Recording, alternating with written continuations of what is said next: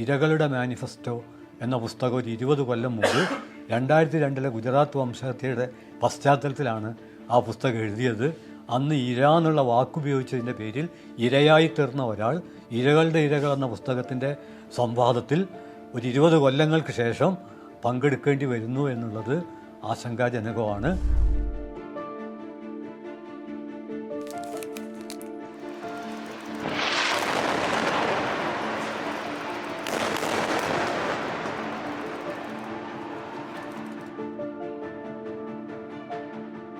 കാരണം 32,000 ആളെ കൊന്നു കഴിഞ്ഞു. നമ്മൾ സംസാരിച്ചുകൊണ്ടിരിക്കുന്ന സമയത്തും ആളുകൾ കൊല്ലപ്പെട്ടുകൊണ്ടിരിക്കുകയാണ്.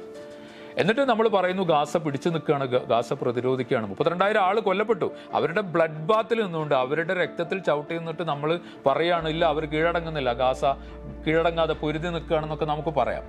ആളുകൾ മരിച്ചു വീഴുമ്പോഴും പരാജയപ്പെടാൻ വിസമ്മതിക്കുന്ന ഒരു ജനതയുണ്ട്. അതാണ് നമ്മൾ കാണേണ്ട പ്രശ്നം. ഞാൻ ഈ പലസ്തീൻ പ്രശ്നമൊക്കെ പഠിച്ചു തുടങ്ങിയ ഘട്ടത്തിലൊക്കെ ഹമാസ് എന്ന് പറയുന്നത് ഒരു ടെററിസ്റ്റ് ഗ്രൂപ്പായിരുന്നു. പക്ഷേ ഇന്ന് നിങ്ങൾക്ക് ലോകത്തിലെ പ്രധാനപ്പെട്ട മാർക്സിസ്റ്റുകൾ എഴുതുന്ന ഒരു ലേഖനത്തിലും, സീതാറാം യെച്ചൂരി ആയാലും പ്രകാശ് കാരാട്ടായാലും ഒരു ലേഖനത്തിലും ഹമാസിനെ ഒരു ടെററിസ്റ്റ് ഗ്രൂപ്പായിട്ട് കാണുന്നില്ല. ഹമാസ് മിലിറ്റൻസ് എന്ന പ്രയോഗമാണ്. ഹമാസ് പോരാളികളാണ്. ആരായിരുന്നു പലസ്തീൻ പോരാട്ടത്തെ അല്ലെങ്കിൽ പലസ്തീൻ പ്രസ്ഥാനത്തിൻ്റെ കൂടെ ഉണ്ടായിരുന്നത്? ഏറ്റവും ആദ്യം രംഗത്ത് വന്നത് ലാറ്റിൻ അമേരിക്കൻ കൺട്രീസാണ്. ബ്രസീൽ ഉൾപ്പെടെയുള്ള കൺട്രീസാണ് ആദ്യം രംഗത്ത് വന്നിട്ടുള്ളത്. പിന്നെ നമുക്കറിയാം അയർലൻഡ് വന്നിട്ടുണ്ട്. UN ഇപ്പോഴത്തെ സെക്രട്ടറി ജനറൽ അതിനകത്ത് കുറച്ചും കൂടി സ്ട്രോങ് ആയിട്ടുള്ള നിലപാടെടുക്കുന്നുണ്ട്. എന്നാൽ ഇതിനകത്ത് ഏറ്റവും മോശമായ നിലപാടുകൾ എടുത്തു പോരുന്നത് ഈ ഇസ്രായേലുമായി ബന്ധം പുനഃസ്ഥാപിക്കുക എന്ന ഒരു മുദ്രാവാക്യവുമായിട്ട് ഇത്രയും കാലം മുന്നോട്ട് പോയിക്കൊണ്ടിരുന്ന ഒരുതരം ഗ്ലോബലൈസേഷൻ പ്രോ ആയിട്ടുള്ള ഇസ്ലാമിക രാഷ്ട്രങ്ങൾ എന്ന് നമ്മൾ പറയുന്ന മിഡിൽ ഈസ്റ്റ് കൺട്രീസാണ്. കോഴിക്കോട്ട് നമ്മൾ പലസ്തീൻ പ്രകടനം നടത്തി, അല്ലെങ്കിൽ ഡൽഹിയിൽ നടത്തി, അങ്ങനെ ലോകത്തിൽ ന്യൂയോർക്കിൽ നടത്തി, ടെക്സസിൽ നടത്തി, അങ്ങനെ പല സ്ഥലത്തും നടത്തിയെന്ന് നമ്മൾ പറയുന്നുണ്ട്. പക്ഷേ കേരളത്തിൻ്റെ തന്നെ ഒരു എക്സ്റ്റൻഷനായ ഗൾഫിൽ എവിടെയെങ്കിലും ഒരു പലസ്തീൻ പ്രശ്നം ഉയർത്തിപ്പിടിച്ച ഒരു പ്രകടനം നടന്നിട്ടുണ്ടോ എന്ന് നമ്മൾ ആലോചിക്കണം. ഇപ്പോൾ നമ്മൾ ഇറാഖിൽ കുടുങ്ങിപ്പോയ നമ്മൾ നഴ്സുമാരെ കൊണ്ടുവരാൻ വേണ്ടിയിട്ട് ഗൾഫിലെ വലിയ ഒരു മലയാളി വ്യവസായി ഇടപെടുകയും അവർ നെഗോസിയേഷനിൽ അവരെ തിരിച്ചു കൊണ്ടുവന്നു എന്നൊക്കെ നമുക്ക് കാണാം. ഇപ്പോൾ ടേക്ക് ഓഫ് പോലത്തെ ഒരു സിനിമയിലൊക്കെ അതിനെക്കുറിച്ചുള്ള പരാമർശങ്ങളുണ്ട്. പക്ഷേ ഇങ്ങനെ ഒരു മുതലാളിക്കോ പണത്തിനോ നെഗോഷിയേറ്റ് ചെയ്യാവുന്ന ഒരു പൊളിറ്റിക്കൽ അവസ്ഥയല്ല പലസ്തീൻ്റെ. ഈ പുസ്തകത്തിൻ്റെ തലക്കെട്ട് വളരെ പ്രസക്തമാണ്. അത് കമൽറാം സജി സൂചിപ്പിക്കുന്നുണ്ട്. ഷാജഹാൻ മാടമ്പാട് എഡ്വേർഡ് സെയ്ദിൻ്റെ ഒരു പ്രബന്ധത്തിൽ നിന്ന് അതിലെ ഒരു പ്രയോഗം സൂചിപ്പിച്ചുകൊണ്ടാണ് ഈ പുസ്തകത്തിന് ഇരകളുടെ ഇരകൾ എന്ന പേര്. അത് ഏറെ ചരിത്രപരമാണ്. അതാണ് അതിൻ്റെ പ്രസക്തി. ഒരു കാര്യത്തിന് അതിൻ്റെ ഒരു സൂക്ഷ്മത ഉണ്ടായിത്തീരുന്നത്, സമഗ്രത ഉണ്ടായിത്തീരുന്നത് അത് ചരിത്രപരമാകുമ്പോൾ മാത്രമാണ്. ആ അർത്ഥത്തിൽ ഈ തലക്കെട്ട് തന്നെ ചരിത്രപരമായ ചെറുത്തുനിൽപ്പിൻ്റെ ഒരു ഭാഗമാണ്. മലയാളത്തിൽ ഇതിൽ തന്നെ ഒരു ലേഖനത്തിൽ ഡോക്ടർ ലത്തീഫ് പറയുന്നുണ്ട്, കേരളത്തിൻ്റെ ഒരു പാലസ്തീനുണ്ട്. ലോകത്തിലെ ഓരോ രാജ്യത്തിൻ്റെയും പലസ്തീനുണ്ട്. കേരളത്തിൻ്റെ മലയാളത്തിൻ്റെ ഒരു പാലസ്തീനുണ്ട്. ആ പാലസ്തീൻ സത്യത്തിൽ അതിൻ്റെ എല്ലാ വൈകാരികതകളും ഉൾക്കൊള്ളുന്ന ഒന്ന് തന്നെയാണ്. കാരണം എവിടെ വെച്ച് പാലസ്തീനെക്കുറിച്ച് സംസാരിക്കുകയാണെങ്കിലും, നമ്മൾ സാധാരണ ഒരു ചായപ്പീടികയിൽ വെച്ച് സംസാരിക്കുകയാണെങ്കിലും ചായ കുടിച്ച് ഗ്ലാസ് വെച്ച് പോകാൻ നിൽക്കുന്ന ആൾ ഒന്ന് തിരിഞ്ഞു നോക്കും. ആ അർത്ഥത്തിൽ നിരന്തരമായ ഇടപെടലിലൂടെ പലസ്തീൻ എന്നത് നമ്മുടെ തന്നെ ഒരു ജില്ല പോലെ, നമ്മുടെ തന്നെ ഒരു പ്രദേശം പോലെ നമുക്ക് മനസ്സിലാക്കാൻ കഴിഞ്ഞിട്ടുണ്ട്. പക്ഷേ അതിനോടുള്ള നമ്മുടെ പ്രതികരണം വളരെ വൈകാരികമായിരിക്കുമ്പോഴും വലിയ രാഷ്ട്രീയ ചുവടുവെപ്പുകൾ ഉണ്ടായിട്ടുണ്ടോ എന്ന കാര്യം സംശയാസ്പദമാണ്.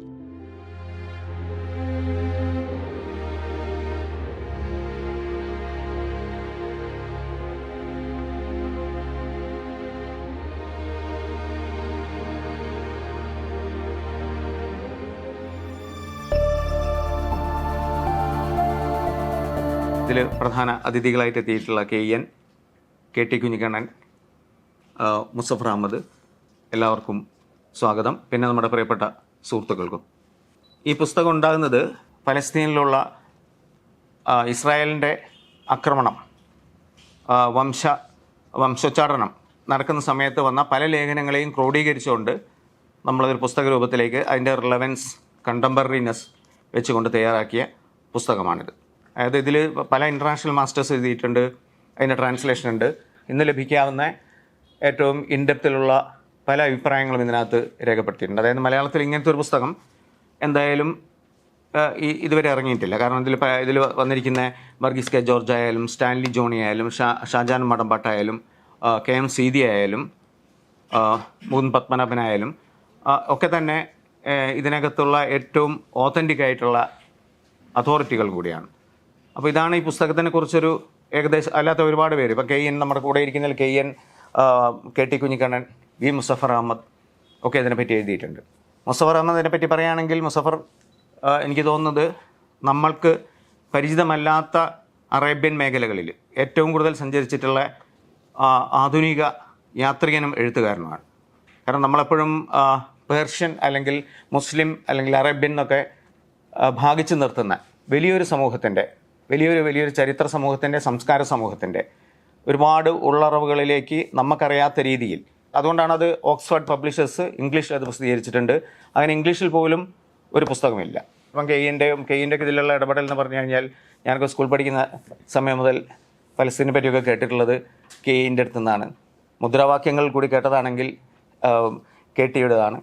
അങ്ങനെയൊക്കെ ഇതൊക്കെ ഇതിനകത്ത് തന്നെ നേരത്തെ സംസാരിച്ചുകൊണ്ടും പറഞ്ഞുകൊണ്ടും നിൽക്കുന്ന ആൾക്കാരാണ് ഇതിനകത്ത് ഇവിടെ സംസാരിക്കാൻ പോകുന്നതും ഇതിനകത്ത് എഴുതിയിട്ടുള്ളതും. എന്തായാലും ഈ പ്രശ്നം ഏറ്റവും സങ്കീർണവും രൂക്ഷവുമായി നിൽക്കുകയാണ്. ഇതിനൊരു പരിഹാരം അടുത്തൊന്നും ഇല്ലാത്ത രീതിയിൽ പലസ്തീൻ ജനത ഒന്നാകെ കൊല ചെയ്യപ്പെട്ടുകൊണ്ടിരിക്കുകയാണ്. അതിലാരാണ് കുറ്റക്കാർ എന്ന് ചോദിക്കുമ്പോൾ ഞാനൊക്കെ ഈ ഫലസ്തീൻ യുദ്ധം എന്ന് ഏറ്റെടുക്കുന്ന, അല്ലെങ്കിൽ നമ്മളിതൊക്കെ ഏതെങ്കിലും ഒരു സമരമുഖത്ത് എപ്പോഴെങ്കിലും ഉണ്ടായിട്ടുണ്ടെങ്കിൽ അതൊരു വൈഡർ സെക്യുലർ ലെഫ്റ്റ് അജണ്ടയുടെ ഭാഗമായിട്ടാണ് ഇതിനകത്തേക്ക് വരാനിടയായത്. എന്നാൽ പിന്നീട് അതിന് വന്നിട്ടുള്ള മാറ്റം എന്ന് പറയുമ്പോൾ ഇപ്പം നമ്മളുടെ തർക്കങ്ങൾ എന്ന് പറയുന്നത് പലപ്പോഴും ഇതൊരു ജൂ ഇസ്ലാം വാറല്ലേ എന്നുള്ള രീതിയിലേക്ക് ചർച്ച എത്തി നിൽക്കുന്ന ഒരവസ്ഥയും കൂടിയാണ്.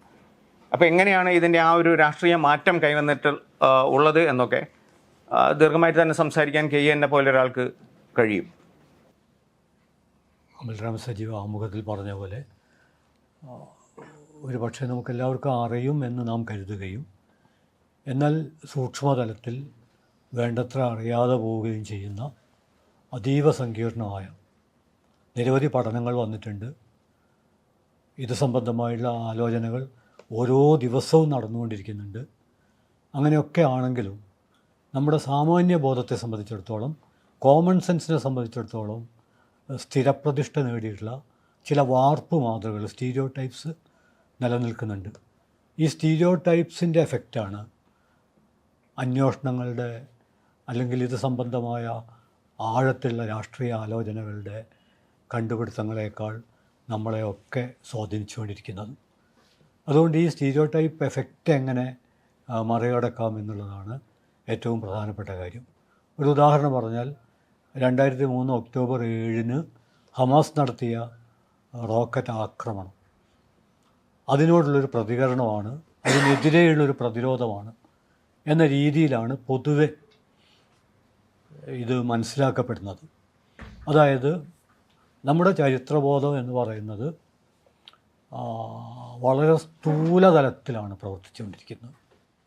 2003 ഒക്ടോബർ 7 മുമ്പുള്ള കാര്യങ്ങൾ പൂർണ്ണമായിട്ടും വിസ്മൃതിയിലേക്കാവുന്നു എന്നല്ല ഞാൻ സൂചിപ്പിക്കുന്നത്. മറിച്ച് ഈ രാഷ്ട്രം തന്നെ, ഇസ്രായേൽ എന്ന് പറയുന്ന രാഷ്ട്രം തന്നെ ഒരു ആർട്ടിഫിഷ്യൽ, ഒരു കൃത്രിമ കൊളോണിയൽ, സെറ്റിലർ, ടെററിസ്റ്റ്, ഒരുപക്ഷെ സാധാരണഗതിയിൽ ഒരു രാഷ്ട്രമെന്ന് വിച്ഛേദിക്കപ്പെടാൻ സാധ്യത കുറഞ്ഞ, അതിർത്തികൾ പോലും കൃത്യമല്ലാത്ത, ഏത് സമയം വിപുലപ്പെടുത്താവുന്ന വിധം ഗ്രേറ്റർ ഇസ്രായേൽ, ഒരുപക്ഷെ ഇന്ത്യൻ ഫാസിസ്റ്റുകൾ മുന്നോട്ട് വെക്കുന്ന അഖണ്ഡ ഭാരതം എന്നതിനോടൊക്കെ തുല്യപ്പെടുത്താവുന്ന തരത്തിലുള്ള ഒരു രാഷ്ട്രമാണ്. ഇത് രാഷ്ട്രമല്ലാത്ത ഒരു അധിനിവേശ മേൽക്കോയ്മയുടെ ചുരുക്കപ്പേരാണ്.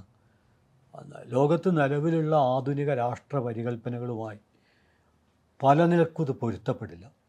മാത്രമല്ല ഈ രാഷ്ട്രം രൂപപ്പെട്ട പശ്ചാത്തലവും എനിക്ക് തോന്നുന്നത് നേരത്തെ ചൂണ്ടിക്കാണിച്ചു, ഇതിനെ മതത്തിൻ്റെ ഒരു പശ്ചാത്തലത്തിലേക്ക് മാത്രമായിട്ട് പരിമിതപ്പെടുത്താനാവില്ല. അതേസമയം ഇതിൽ മതവും ഇടകലർന്ന് ചേർന്നിട്ടുമുണ്ട്.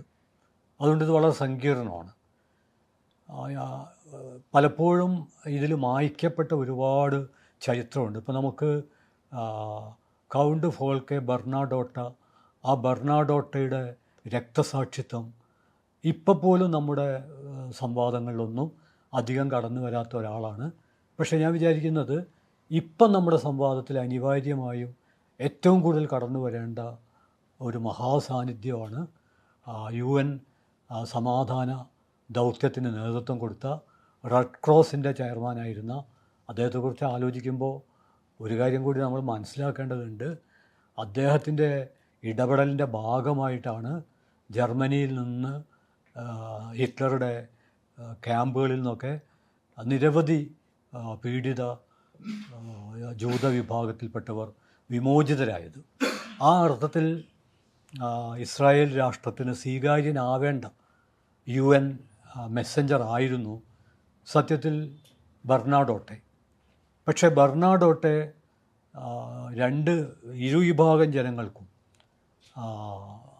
സഹായകമായ UN സ്വീകരിക്കാവുന്ന ആ സന്ദേശം സ്വീകരിച്ചിരുന്നുവെങ്കിൽ, സമാധാന സന്ദേശം സ്വീകരിച്ചിരുന്നുവെങ്കിൽ ഹമാസ് ഉണ്ടാവില്ല, ഈ പറഞ്ഞ ഒക്ടോബർ 7 ഉണ്ടാവില്ല, ഇൻതിഫാദ ഉണ്ടാവില്ല, സംഘർഷം ഉണ്ടാവില്ല, ഒന്നും ഉണ്ടാവില്ലായിരുന്നു. അത്ര കൃത്യം സമാധാന നിർദ്ദേശമാണ് അദ്ദേഹം UN നൽകിയിരുന്നത്. അദ്ദേഹത്തെ വെടിവെച്ച് കൊല്ലുകയാണ് ഉണ്ടായത്. അദ്ദേഹം ഈ സമാധാന ദൗത്യത്തിന് തയ്യാറാകുന്ന സന്ദർഭത്തിൽ തന്നെ അവിടുത്തെ ഭീകര സംഘടനകൾ അദ്ദേഹത്തെ വെല്ലുവിളിച്ചിരുന്നു. പക്ഷെ അത് അദ്ദേഹം പരിഗണിച്ചില്ല. പക്ഷേ ലേഹി, സ്റ്റേൺഗൺ എന്നൊക്കെ പറയുന്ന ഗ്രൂപ്പാണ് അദ്ദേഹത്തെ കൊന്നത്.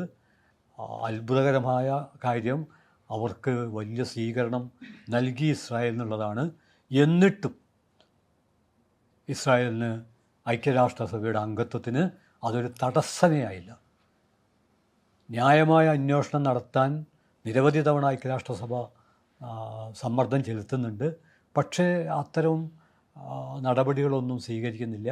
വൈകി സ്വീകരിച്ചെങ്കിലും ഈ തടവുകാരെ വിമോചിപ്പിക്കുകയും അവർ പിന്നീട് പ്രധാനപ്പെട്ട പദവികളിൽ എത്തിപ്പെടേണ്ടത്. ഞാൻ ഇത് സൂചിപ്പിക്കുന്നത്, ഇന്ന് ലോകത്തെങ്ങും ഈ വിഷയം ചർച്ച ചെയ്യുമ്പോൾ, നമ്മളും ചർച്ച ചെയ്യുമ്പോൾ നമുക്കുണ്ടാകുന്നൊരു നടുക്കമുണ്ട്.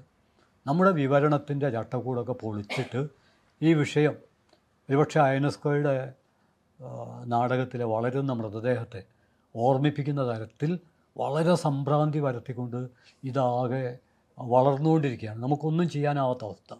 പിന്നെ എന്തെങ്കിലും ചെയ്യുമെന്ന് പ്രതീക്ഷിക്കപ്പെടുന്ന UN, ഐക്യരാഷ്ട്രസഭ, ആ ഐക്യരാഷ്ട്രസഭയുടെ സെക്രട്ടറിയെയും ഐക്യരാഷ്ട്രസഭയെ തന്നെയും വെല്ലുവിളിച്ചുകൊണ്ടാണ് ഇസ്രായേൽ മുന്നോട്ട് പോകുന്നത്.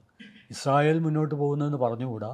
നോം ചോംസ്കി 2000 ആണ്ടിൽ ഇസ്രായേൽ നടത്തിയ ആക്രമണത്തെക്കുറിച്ച് പരാമർശിക്കുന്ന സമയത്ത് നോം ചോംസ്കി ഒരിടത്ത് ഇസ്രായേലിൻ്റെ ഹെലികോപ്റ്റർ എന്ന് പറയുകയും പിന്നീട് തിരുത്തിയിട്ട് അല്ല, തെറ്റി, US ഹെലികോപ്റ്റർ, അവിടെ ടെക്നോളജി. അതായത് പലരും ചോദിക്കും, ഇത്ര ചെറിയൊരു രാജ്യം, ഇത്ര ഭീകരത, ലോകത്തിൽ മനുഷ്യാവകാശ സംഘടനയും ജനാധിപത്യ സംഘടനകളും മറ്റു രാഷ്ട്രങ്ങളും ഒക്കെ എതിർത്തിട്ടും എങ്ങനെ ചെയ്യാൻ കഴിയുന്നു? അതിന് ചോംസ്കി നൽകിയ ഈ പ്രയോഗത്തിൽ ഉത്തരവുണ്ട്. അതുകൊണ്ട് ഇതിനെ ഒരു ഇസ്രായേൽ പാലസ്തീൻ ഇഷ്യൂ എന്ന രീതിയിൽ ചുരുക്കി കാണാൻ കഴിയില്ല.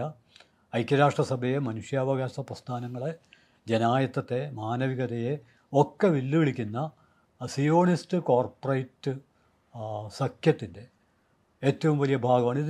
ഇതിനെതിരെ ജൂതമതത്തിൽപ്പെട്ടവരും എല്ലാ മതത്തിൽപ്പെട്ടവരും ഒരു മതത്തിൽപ്പെടാത്തവരും. ഇപ്പോൾ ഇസ്രായേൽ എന്ന രാഷ്ട്രത്തെക്കുറിച്ച് തന്നെ ആലോചിച്ചാൽ, ഇപ്പോഴത്തെ അവസ്ഥ ആലോചിച്ചാൽ തന്നെ അവിടെ ജൂതർ, മുസ്ലിങ്ങൾ, ദ്രൂസ് വിഭാഗത്തിൽപ്പെട്ടവർ, മറ്റിതരർ, മതരഹിതർ, വിവിധ രാഷ്ട്രീയ കാഴ്ചപ്പാട് പുലർത്തുന്നവർ, ഇങ്ങനെ മറ്റെല്ലാ സമൂഹങ്ങളെപ്പോലെ തന്നെ ഇസ്രായേലി സമൂഹവും വൈവിധ്യം പുലർത്തുന്നൊരു സമൂഹമാണ്. പക്ഷേ അവിടുത്തെ രാഷ്ട്രത്തിൻ്റെ നിലപാടുകൾ രൂപീകരിക്കുന്നതിൽ സാമ്രാജ്യത്വത്തിനും സയണിസത്തിനുമുള്ള മേൽക്കൈയാണ് ഏറ്റവും പ്രധാനപ്പെട്ടത്. അതുകൊണ്ട് അവിടുത്തെ ജനങ്ങൾക്കിടയിൽ വലിയ ഐക്യമുള്ള എത്രയോ ഉദാഹരണങ്ങൾ നമ്മൾ ഈ ഗുജറാത്ത് വംശഹത്യാ കാലത്തൊക്കെ കണ്ടതുപോലെ മത അതിർത്തിയൊക്കെ മുറിച്ച് കടന്ന് ജനങ്ങൾ പരസ്പരം കാവലാവുന്ന ഉദാഹരണങ്ങൾ നിരവധിയുണ്ട്. ഇന്നത്തെ ഇന്ത്യയിലുമുണ്ട്, ഇന്നത്തെ ഇസ്രായേലിലും ഉണ്ട്. അപ്പോൾ അതുകൊണ്ട് ഇത് മതത്തിൻ്റെ ഒരു പശ്ചാത്തലത്തിൽ മാത്രമായിട്ട് പരിശോധിക്കാനാവില്ല. അതേസമയം ഇതിൽ മതപരമായുള്ള പല കാര്യങ്ങളും കൂടിച്ചേർന്ന് കിടക്കുകയും ചെയ്യുന്നുണ്ട്. കാരണം നമ്മൾ ഇസ്ലാമോഫോബിക് എന്ന് പറയുന്ന രാഷ്ട്രീയം ലോകത്തിലെല്ലായിടത്തും പ്രവർത്തിച്ചുകൊണ്ടിരിക്കുന്നുണ്ട്. അതിൽ നിന്ന് ഈ പ്രശ്നത്തെ മാത്രം നമുക്ക് പൂർണ്ണമായിട്ട് എടുക്കാൻ പറ്റില്ല, ഊരിയെടുക്കാൻ പറ്റില്ല. അങ്ങനെ വളരെ സങ്കീർണമാണ്. അതുകൊണ്ട് ഈ ഇഷ്യൂ സത്യത്തിൽ ഇപ്പോൾ ജനാധിപത്യവാദികൾക്ക് സമ്മർദ്ദം ചെലുത്താവുന്ന ഒരു അന്താരാഷ്ട്ര സ്ഥാപനം UN തന്നെയാണ്. UNൻ്റെ മേൽ സജീവമായ സമ്മർദ്ദങ്ങൾ എല്ലാ ഭാഗത്തുനിന്നും ഉണ്ടാവണം. അതോടൊപ്പം തന്നെ BDS എന്ന് പറയുന്ന പ്രതിരോധം ബഹിഷ്കരണത്തിൻ്റെ ഒരു മാതൃക രൂപപ്പെട്ടു വന്നിട്ടുണ്ട്. അതിൽ എത്രത്തോളം അതിൻ്റെ സാധ്യതകൾ എത്രത്തോളമാണ്, പല സ്ഥലത്തും അതിൻ്റെ സാധ്യതകളെക്കുറിച്ചുള്ള പഠനങ്ങളൊക്കെ വരുന്നുണ്ട്. അത് ഉപയോഗപ്പെടുത്തേണ്ടതുണ്ട്. അങ്ങനെ പാലസ്തീൻകാർ മാത്രം നടത്തേണ്ട ഒരു പ്രതിരോധം എന്നതിനപ്പുറത്ത് ലോകം മുഴുവൻ പങ്കെടുക്കേണ്ട. അപ്പം ഞാൻ ഓർക്കുന്നത് പാഠപുസ്തകത്തിലൊക്കെ വായിച്ചതാണ്, ഇൻ്റർനാഷണൽ ബ്രിഗേഡ് ഫാസിസ്റ്റ് കാലത്ത് ഫാസിസത്തിനെതിരെ പ്രത്യേകിച്ച് സ്പെയിനിലെ വിമോചന പോരാട്ടത്തിൽ ലോകത്തിലെ എഴുത്തുകാരടക്കം സജീവമായി പങ്കെടുക്കുകയും അതിൻ്റെ ഭാഗമായിട്ടൊരു ഇൻ്റർനാഷണൽ ബ്രിഗേഡ്, ഒരു സൈനിക ദളം തന്നെ രൂപപ്പെടുകയും ഒക്കെ ചെയ്തിരുന്നു. അതിനേക്കാളും ഭീതിജനകമായ അവസ്ഥയിലാണ്, അതിനേക്കാളും പ്രതികരണങ്ങൾ ആവശ്യമുള്ള ഒരു അവസ്ഥയിലൂടെയാണ് സത്യമായിട്ടും ഇന്ന് പോയിക്കൊണ്ടിരിക്കുന്നത്. ഈ ഒരു പശ്ചാത്തലത്തിൽ ആശയപ്രചാരണം എന്നുള്ളത് പ്രധാനപ്പെട്ടതാണ്. ആ ഒരു പശ്ചാത്തലത്തിൽ നോക്കുമ്പോൾ നിരവധി പ്രബന്ധങ്ങൾ, പഠനങ്ങൾ, പ്രഭാഷണങ്ങൾ, മുദ്രാവാക്യങ്ങൾ, കവിതകൾ, നാടകങ്ങൾ, ഡോക്യുഫിലിമുകൾ, സിനിമകൾ ഒക്കെ വന്നിട്ടുണ്ട്. അക്കൂട്ടത്തിൽ ഒരു പ്രക്ഷോഭ രചന എന്ന അർത്ഥത്തിൽ തന്നെ പരിഗണിക്കാവുന്ന ശ്രദ്ധേയമായൊരു പുസ്തകമാണ്. ആ പുസ്തകത്തിൻ്റെ തലക്കെട്ടിനെക്കുറിച്ച് പറയുമ്പോൾ എനിക്ക് വ്യക്തിപരമായുള്ള ചില അനുഭവങ്ങളുണ്ട്. 20 കൊല്ലം മുമ്പ് ഇവിടേക്ക് വരുമ്പോൾ ഞാൻ ഗുലാബ് ജാനോട് സംസാരിച്ചുകൊണ്ടിരിക്കുകയായിരുന്നു. പ്രോഗ്രസ് ആണ് എൻ്റെ ഇരകളുടെ മാനിഫെസ്റ്റോ എന്ന പുസ്തകം ഒരു 20 കൊല്ലം മുമ്പ് 2002 ഗുജറാത്ത് വംശഹത്യയുടെ പശ്ചാത്തലത്തിലാണ് ആ പുസ്തകം എഴുതിയത്. അന്ന് ഇര എന്നുള്ള വാക്കുപയോഗിച്ചതിൻ്റെ പേരിൽ ഇരയായി തീർന്ന ഒരാൾ ഇരകളുടെ ഇരകൾ എന്ന പുസ്തകത്തിൻ്റെ സംവാദത്തിൽ ഒരു 20 കൊല്ലങ്ങൾക്ക് ശേഷം പങ്കെടുക്കേണ്ടി വരുന്നു എന്നുള്ളത് ആശങ്കാജനകമാണ്. അതോടൊപ്പം തന്നെ എന്തുകൊണ്ടാണ് അന്ന് ഈ വാക്ക് ഇര, നമുക്കറിയാം വിക്ടിമോളജി എന്നുള്ള വാക്ക് ലോകത്ത് അതിനു മുമ്പേ തന്നെ ഒരു അരനൂറ്റാണ്ട് മുമ്പ് തന്നെ വിക്ടിമോളജി എന്നുള്ള വാക്ക് ഹോളോകാസ്റ്റൊക്കെ ആയിട്ട് ബന്ധപ്പെട്ട് നിലനിൽക്കുന്ന ഒന്നാണ്. വിക്ടിമോളജി എന്നുള്ളത് ഒരു പർവ്വതമാണെങ്കിൽ ആ പർവ്വതത്തിലെ ഒരു മഞ്ഞുകട്ട മാത്രമാണ് വിക്ടിം എന്നുള്ള വാക്ക്. അതിൻ്റെ മലയാളമാണ് ഇര. ആ വാക്ക് അതിനു മുമ്പ് ഉപയോഗിക്കപ്പെട്ടിട്ടുണ്ട്. പക്ഷേ പെട്ടെന്ന് നമ്മൾ വല്ലാതെ വ്യാകുലമായി തീരുകയും ഇതെന്തോ നമ്മുടെ രാഷ്ട്രീയ വിശുദ്ധിയെ കളങ്കപ്പെടുത്തുന്ന ഒരു പരികൽപ്പനയാണ് എന്ന് പരിഭ്രമിക്കുകയൊക്കെ ചെയ്തു. പക്ഷേ ആ കാലം പോയി. ഇന്ന് ഈ പുസ്തകത്തിൻ്റെ തലക്കെട്ട് വളരെ പ്രസക്തമാണ്. അത് കമൽറാം സജീദ് സൂചിപ്പിക്കുന്നുണ്ട്. ഷാജഹാൻ മാടമ്പാട് എഡ്വേർഡ് സെയ്ദിൻ്റെ ഒരു പ്രബന്ധത്തിൽ നിന്ന് അതിലെ ഒരു പ്രയോഗം സൂചിപ്പിച്ചുകൊണ്ടാണ് ഈ പുസ്തകത്തിന് ഇരകളുടെ ഇരകൾ എന്ന പേര്. അത് ഏറെ ചരിത്രപരമാണ്. അതാണ് അതിൻ്റെ പ്രസക്തി. ഒരു കാര്യത്തിന് അതിൻ്റെ ഒരു സൂക്ഷ്മത ഉണ്ടായിത്തീരുന്നത്, സമഗ്രത ഉണ്ടായിത്തീരുന്നത് അത് ചരിത്രപരമാകുമ്പോൾ മാത്രമാണ്. ആ അർത്ഥത്തിൽ ഈ തലക്കെട്ട് തന്നെ ചരിത്രപരമായ ചെറുത്തുനിൽപ്പിൻ്റെ ഒരു ഭാഗമാണ്. മലയാളത്തിൽ ഇതിൽ തന്നെ ഒരു ലേഖനത്തിൽ ഡോക്ടർ ലത്തീഫ് പറയുന്നുണ്ട്, മലയാളത്തിൻ്റെ കേരളത്തിൻ്റെ ഒരു പാലസ്തീനുണ്ട്. ലോകത്തിലെ ഓരോ രാജ്യത്തിൻ്റെയും പലസ്തീനുണ്ട്. കേരളത്തിൻ്റെ മലയാളത്തിൻ്റെ ഒരു പാലസ്തീനുണ്ട്. ആ പാലസ്തീൻ സത്യത്തിൽ അതിൻ്റെ എല്ലാ വൈകാരികതകളും ഉൾക്കൊള്ളുന്ന ഒന്ന് തന്നെയാണ്. കാരണം എവിടെ വെച്ച് പാലസ്തീനെക്കുറിച്ച് സംസാരിക്കുകയാണെങ്കിലും, നമ്മൾ സാധാരണ ഒരു ചായപ്പീടികയിൽ വെച്ച് സംസാരിക്കുകയാണെങ്കിലും ചായ കുടിച്ച് ഗ്ലാസ് വെച്ച് പോകാൻ നിൽക്കുന്ന ആൾ ഒന്ന് തിരിഞ്ഞു നോക്കും.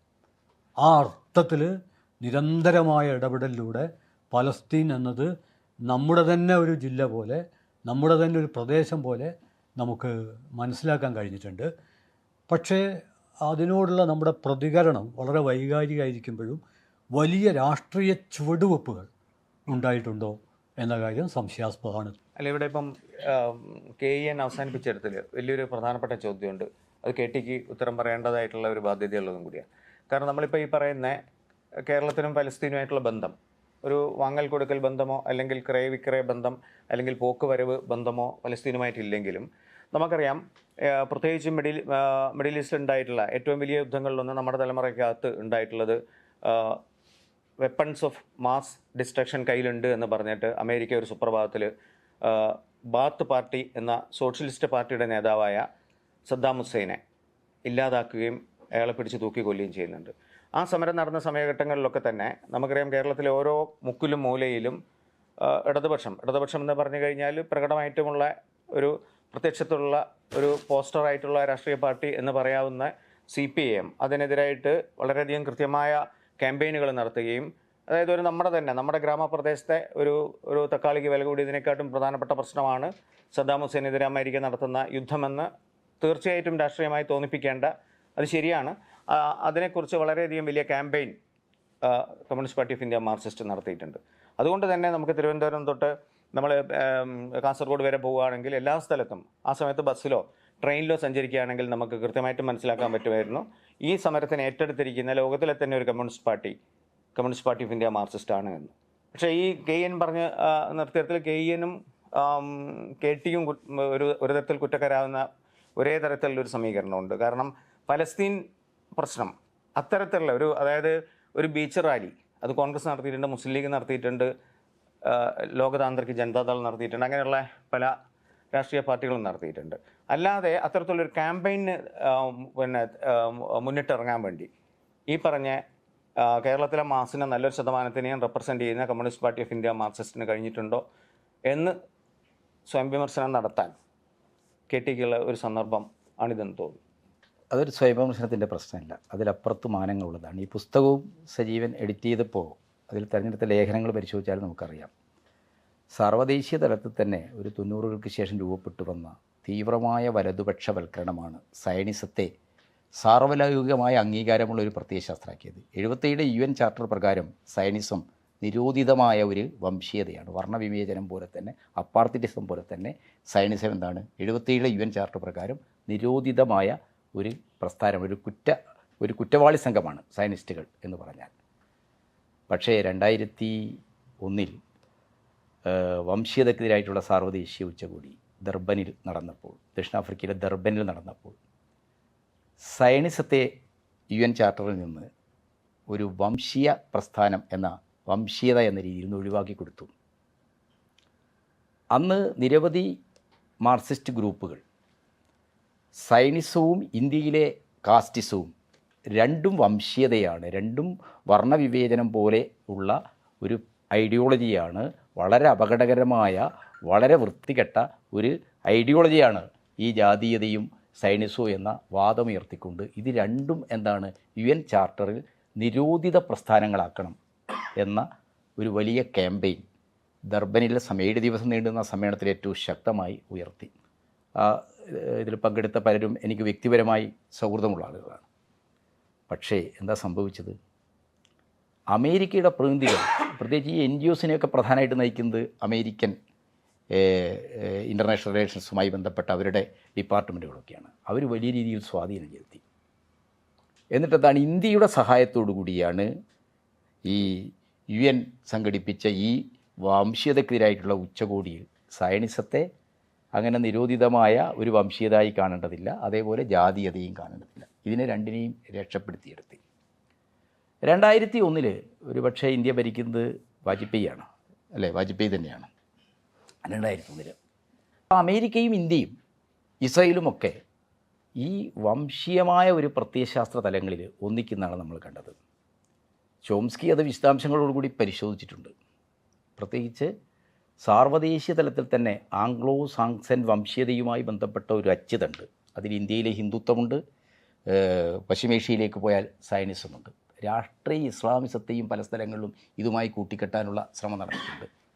ആ അർത്ഥത്തിൽ വളരെ പ്രതിലോമകരമായ ഒരു പ്രത്യയശാസ്ത്ര തന്ത്രം ഈ സാമ്രാജ്യത്വത്തിൻ്റെ അധിനിവേശ താല്പര്യങ്ങളുമായി ബന്ധപ്പെട്ട് ലോകത്ത് എല്ലായിടത്തും ഇന്ന് അംഗീകൃതമായി കഴിഞ്ഞിട്ടുണ്ട്.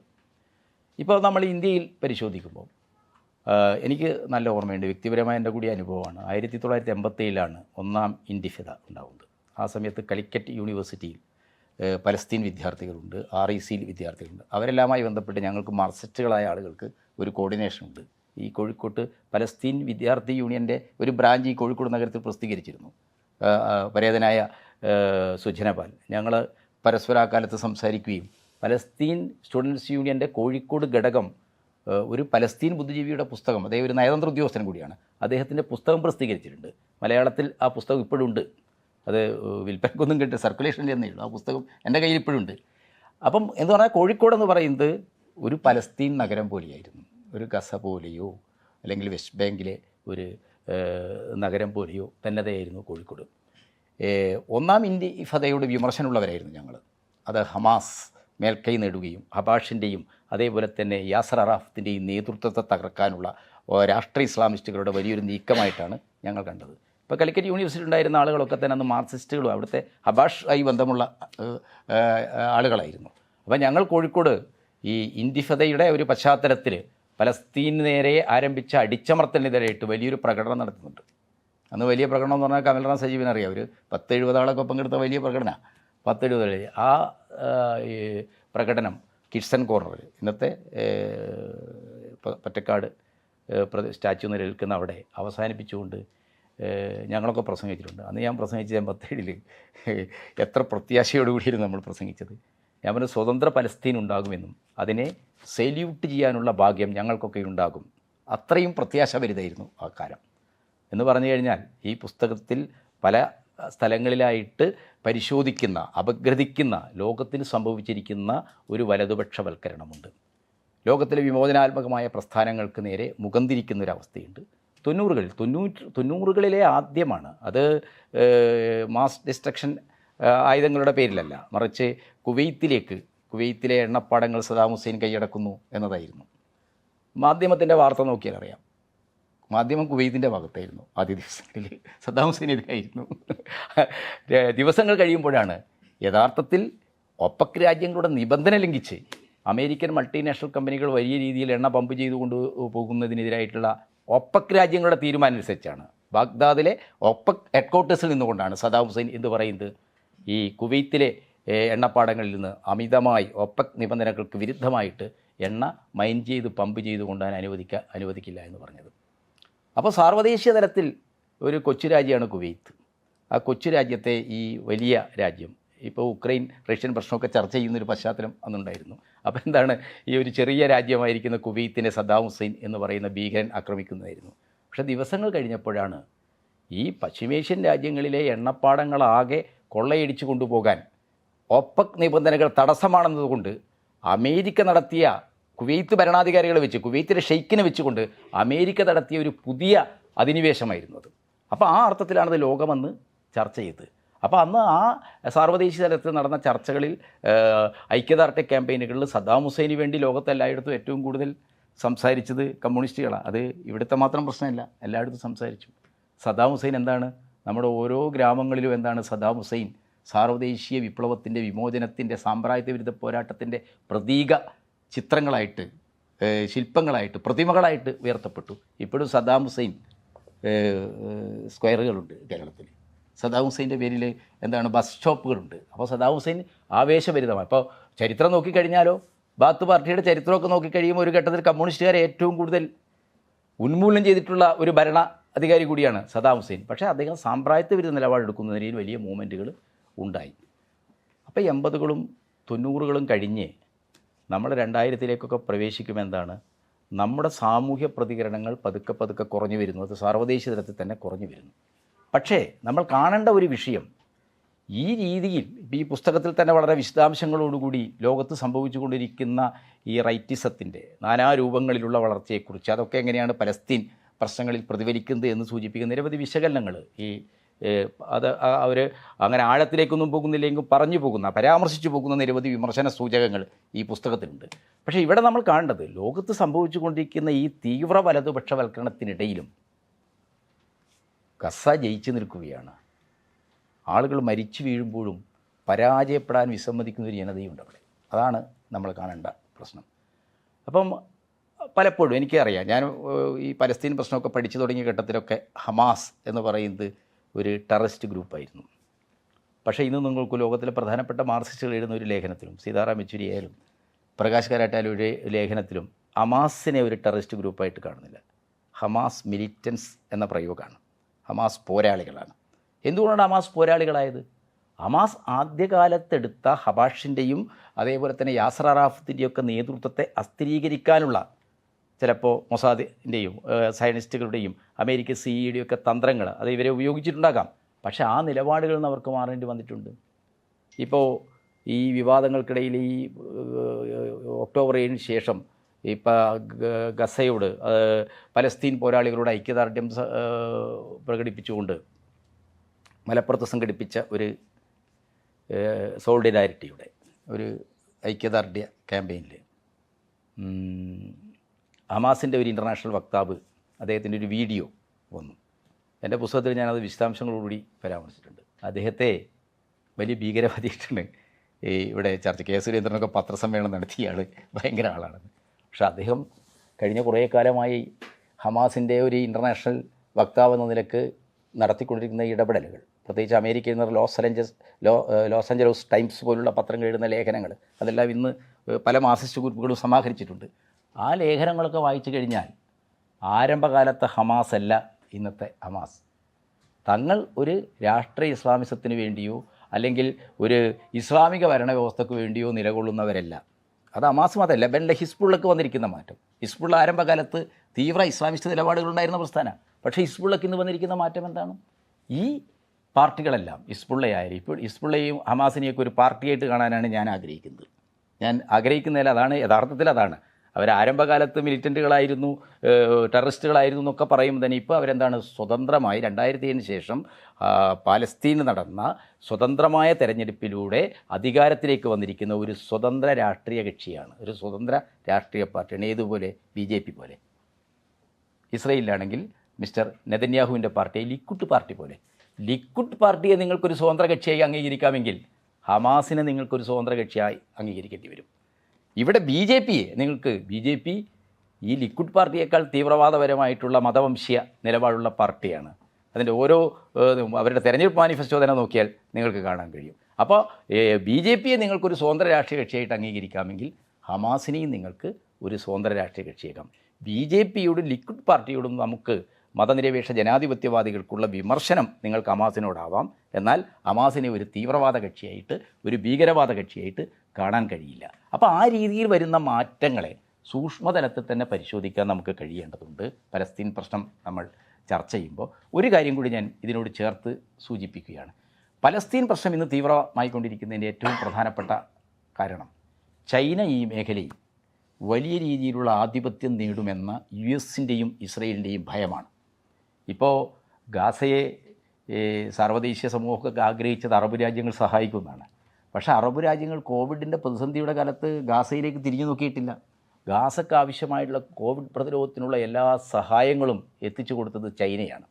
അപ്പോൾ ആ രീതിയിൽ ഈ പശ്ചിമേഷ്യൻ മേഖലയിലെ ചൈനയിലെ സവിശേഷമായ വിപുലന താല്പര്യമാകാം. പക്ഷേ അവർ എന്താണ് ഈ ഗാസ സ്റ്റേറ്റിനെ വലിയ രീതിയിൽ സഹായിക്കാൻ തയ്യാറായി. ഇതിൻ്റെയൊക്കെ പശ്ചാത്തലത്തിലാണ് ചൈനയുടെ ഈ മേഖലയിലെ വ്യാപാരാധിപത്യത്തെയും നയതന്ത്രപരമായി അവർ നേടിക്കൊണ്ടിരിക്കുന്ന മുൻകൈയും അതിൻ്റെയൊക്കെ അടിസ്ഥാനത്തിൽ അവർ ഈ മേഖലയിൽ സൈനികമായി നടത്തിക്കൊണ്ടിരിക്കുന്ന ക്രമീകരണങ്ങളെയൊക്കെ പ്രതിരോധിക്കാൻ കഴിയുന്ന രീതിയിൽ എല്ലാ രംഗത്തും ഇപ്പോൾ കാർഡുണ്ട്, അതേപോലെ തന്നെ നാറ്റോവിൻ്റെ പുതിയ വിന്യാസ സാധ്യതകളുണ്ട്. അതോടൊപ്പം തന്നെ എന്താണ് പുതിയ വ്യാപാര കൂട്ടുകെട്ടുകൾ ഉണ്ടാക്കുന്നത്. അതിലേറ്റവും പ്രധാനമാണ് ഇന്ത്യ, UAE, യൂറോ വ്യാപാര സഖ്യം, ഇക്കണോമിക് കോറിഡോർ ഉണ്ടാക്കാനുള്ള നീക്കം.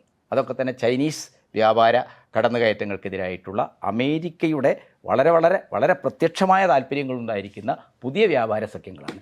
ഇതിൻ്റെയൊക്കെ ഒരു പൊതു പശ്ചാത്തലത്തിൽ വേണം ഗസയിലും വെസ്റ്റ് ബാങ്കിലുമൊക്കെ ശക്തമായ ഒരു ഇസ്രയേൽ വിരുദ്ധ രാഷ്ട്രീയ കക്ഷിയുടെ അല്ലെങ്കിൽ ഒരു ഇസ്രയേൽ വിരുദ്ധ ഭരണകൂടം ഉണ്ടാവുന്നതിനെ തകർക്കണം എന്നുള്ളത് അമേരിക്കയുടെ ഏറ്റവും അടിയന്തരമായ താല്പര്യമാണ്. ഇപ്പോൾ ഒക്ടോബർ 7 ശേഷം ഓരോ ദിവസവും ചില കണക്കുകൾ സൂചിപ്പിക്കുന്നത്, ഈ മേഖലയിലെ ചില പഠനങ്ങൾ സൂചിപ്പിക്കുന്നതിന് 250 കാർഗോ വിമാനങ്ങളിലാണ് ആയുധങ്ങൾ ഇറക്കി കൊടുക്കുന്നതെന്ന് പറയുന്നത്.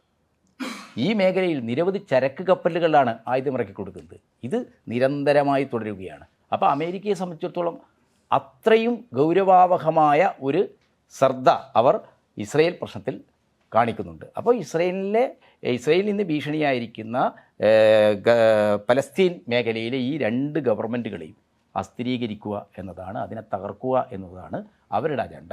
പക്ഷേ അവരുടെ അജണ്ട അത്ര എളുപ്പം നടപ്പാക്കാൻ കഴിയില്ല. ഇപ്പോൾ നമ്മളെല്ലാം അറിയുന്നത് പോലെ ഈ മേഖലയിലെ എല്ലാ വാണിജ്യപാതകളും എന്താണ്, ഗസയിലെ ജനങ്ങൾക്കെതിരായിട്ട് ഇസ്രയേൽ നടത്തിക്കൊണ്ടിരിക്കുന്ന അക്രമങ്ങൾക്കെതിരായിട്ടുള്ള പ്രതികരണം എന്ന നിലക്ക് ഹൂതി ഭീകരർ എന്ന് പറയാം, അങ്ങനെ പറയുകയാണെങ്കിൽ നമുക്കങ്ങനെ പറയാം. ഹൂതി ഭീകരർ എന്താണ്, വലിയ രീതിയിൽ ഈ ചരക്ക് കപ്പലുകൾ തടയുന്നു, ആക്രമിക്കുന്നു.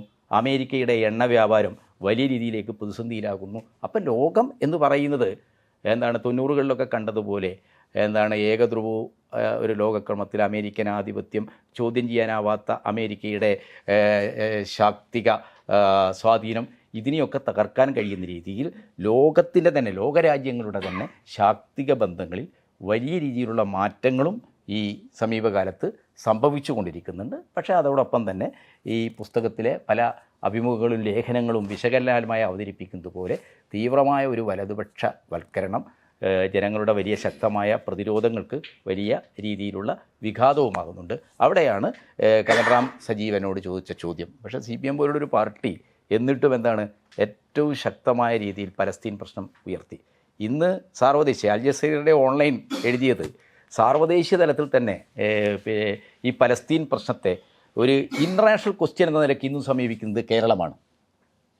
ഒരു ഇൻ്റർനാഷണൽ ക്വസ്റ്റ്യൻ, ഇൻ്റർനാഷണൽ ഇഷ്യൂസിലുള്ള ഒരു സമീപനം എന്തായിരിക്കണം? അപ്പോൾ വിയറ്റ്നാം വിമോചന പോരാട്ടം, അതിന് ലോകം മുഴുവൻ തന്നെ, ഇപ്പോൾ അമേരിക്കൻ നഗരങ്ങളൊക്കെ തന്നെ വലിയ രീതിയിലുള്ള ഐക്യദാർഢ്യ ക്യാമ്പയിനുകൾ നടത്തിയിട്ടുണ്ട്. അപ്പോൾ അതിന് സമാനമായ രീതിയിൽ ഈ പലസ്തീൻ വിഷയം വന്നപ്പോൾ അറബ് രാജ്യങ്ങൾ ഒഴിച്ചാൽ ഏറ്റവും കൂടുതൽ പ്രതിഷേധങ്ങൾ ഉയർന്നു വന്ന സമൂഹം കേരളമാണ്.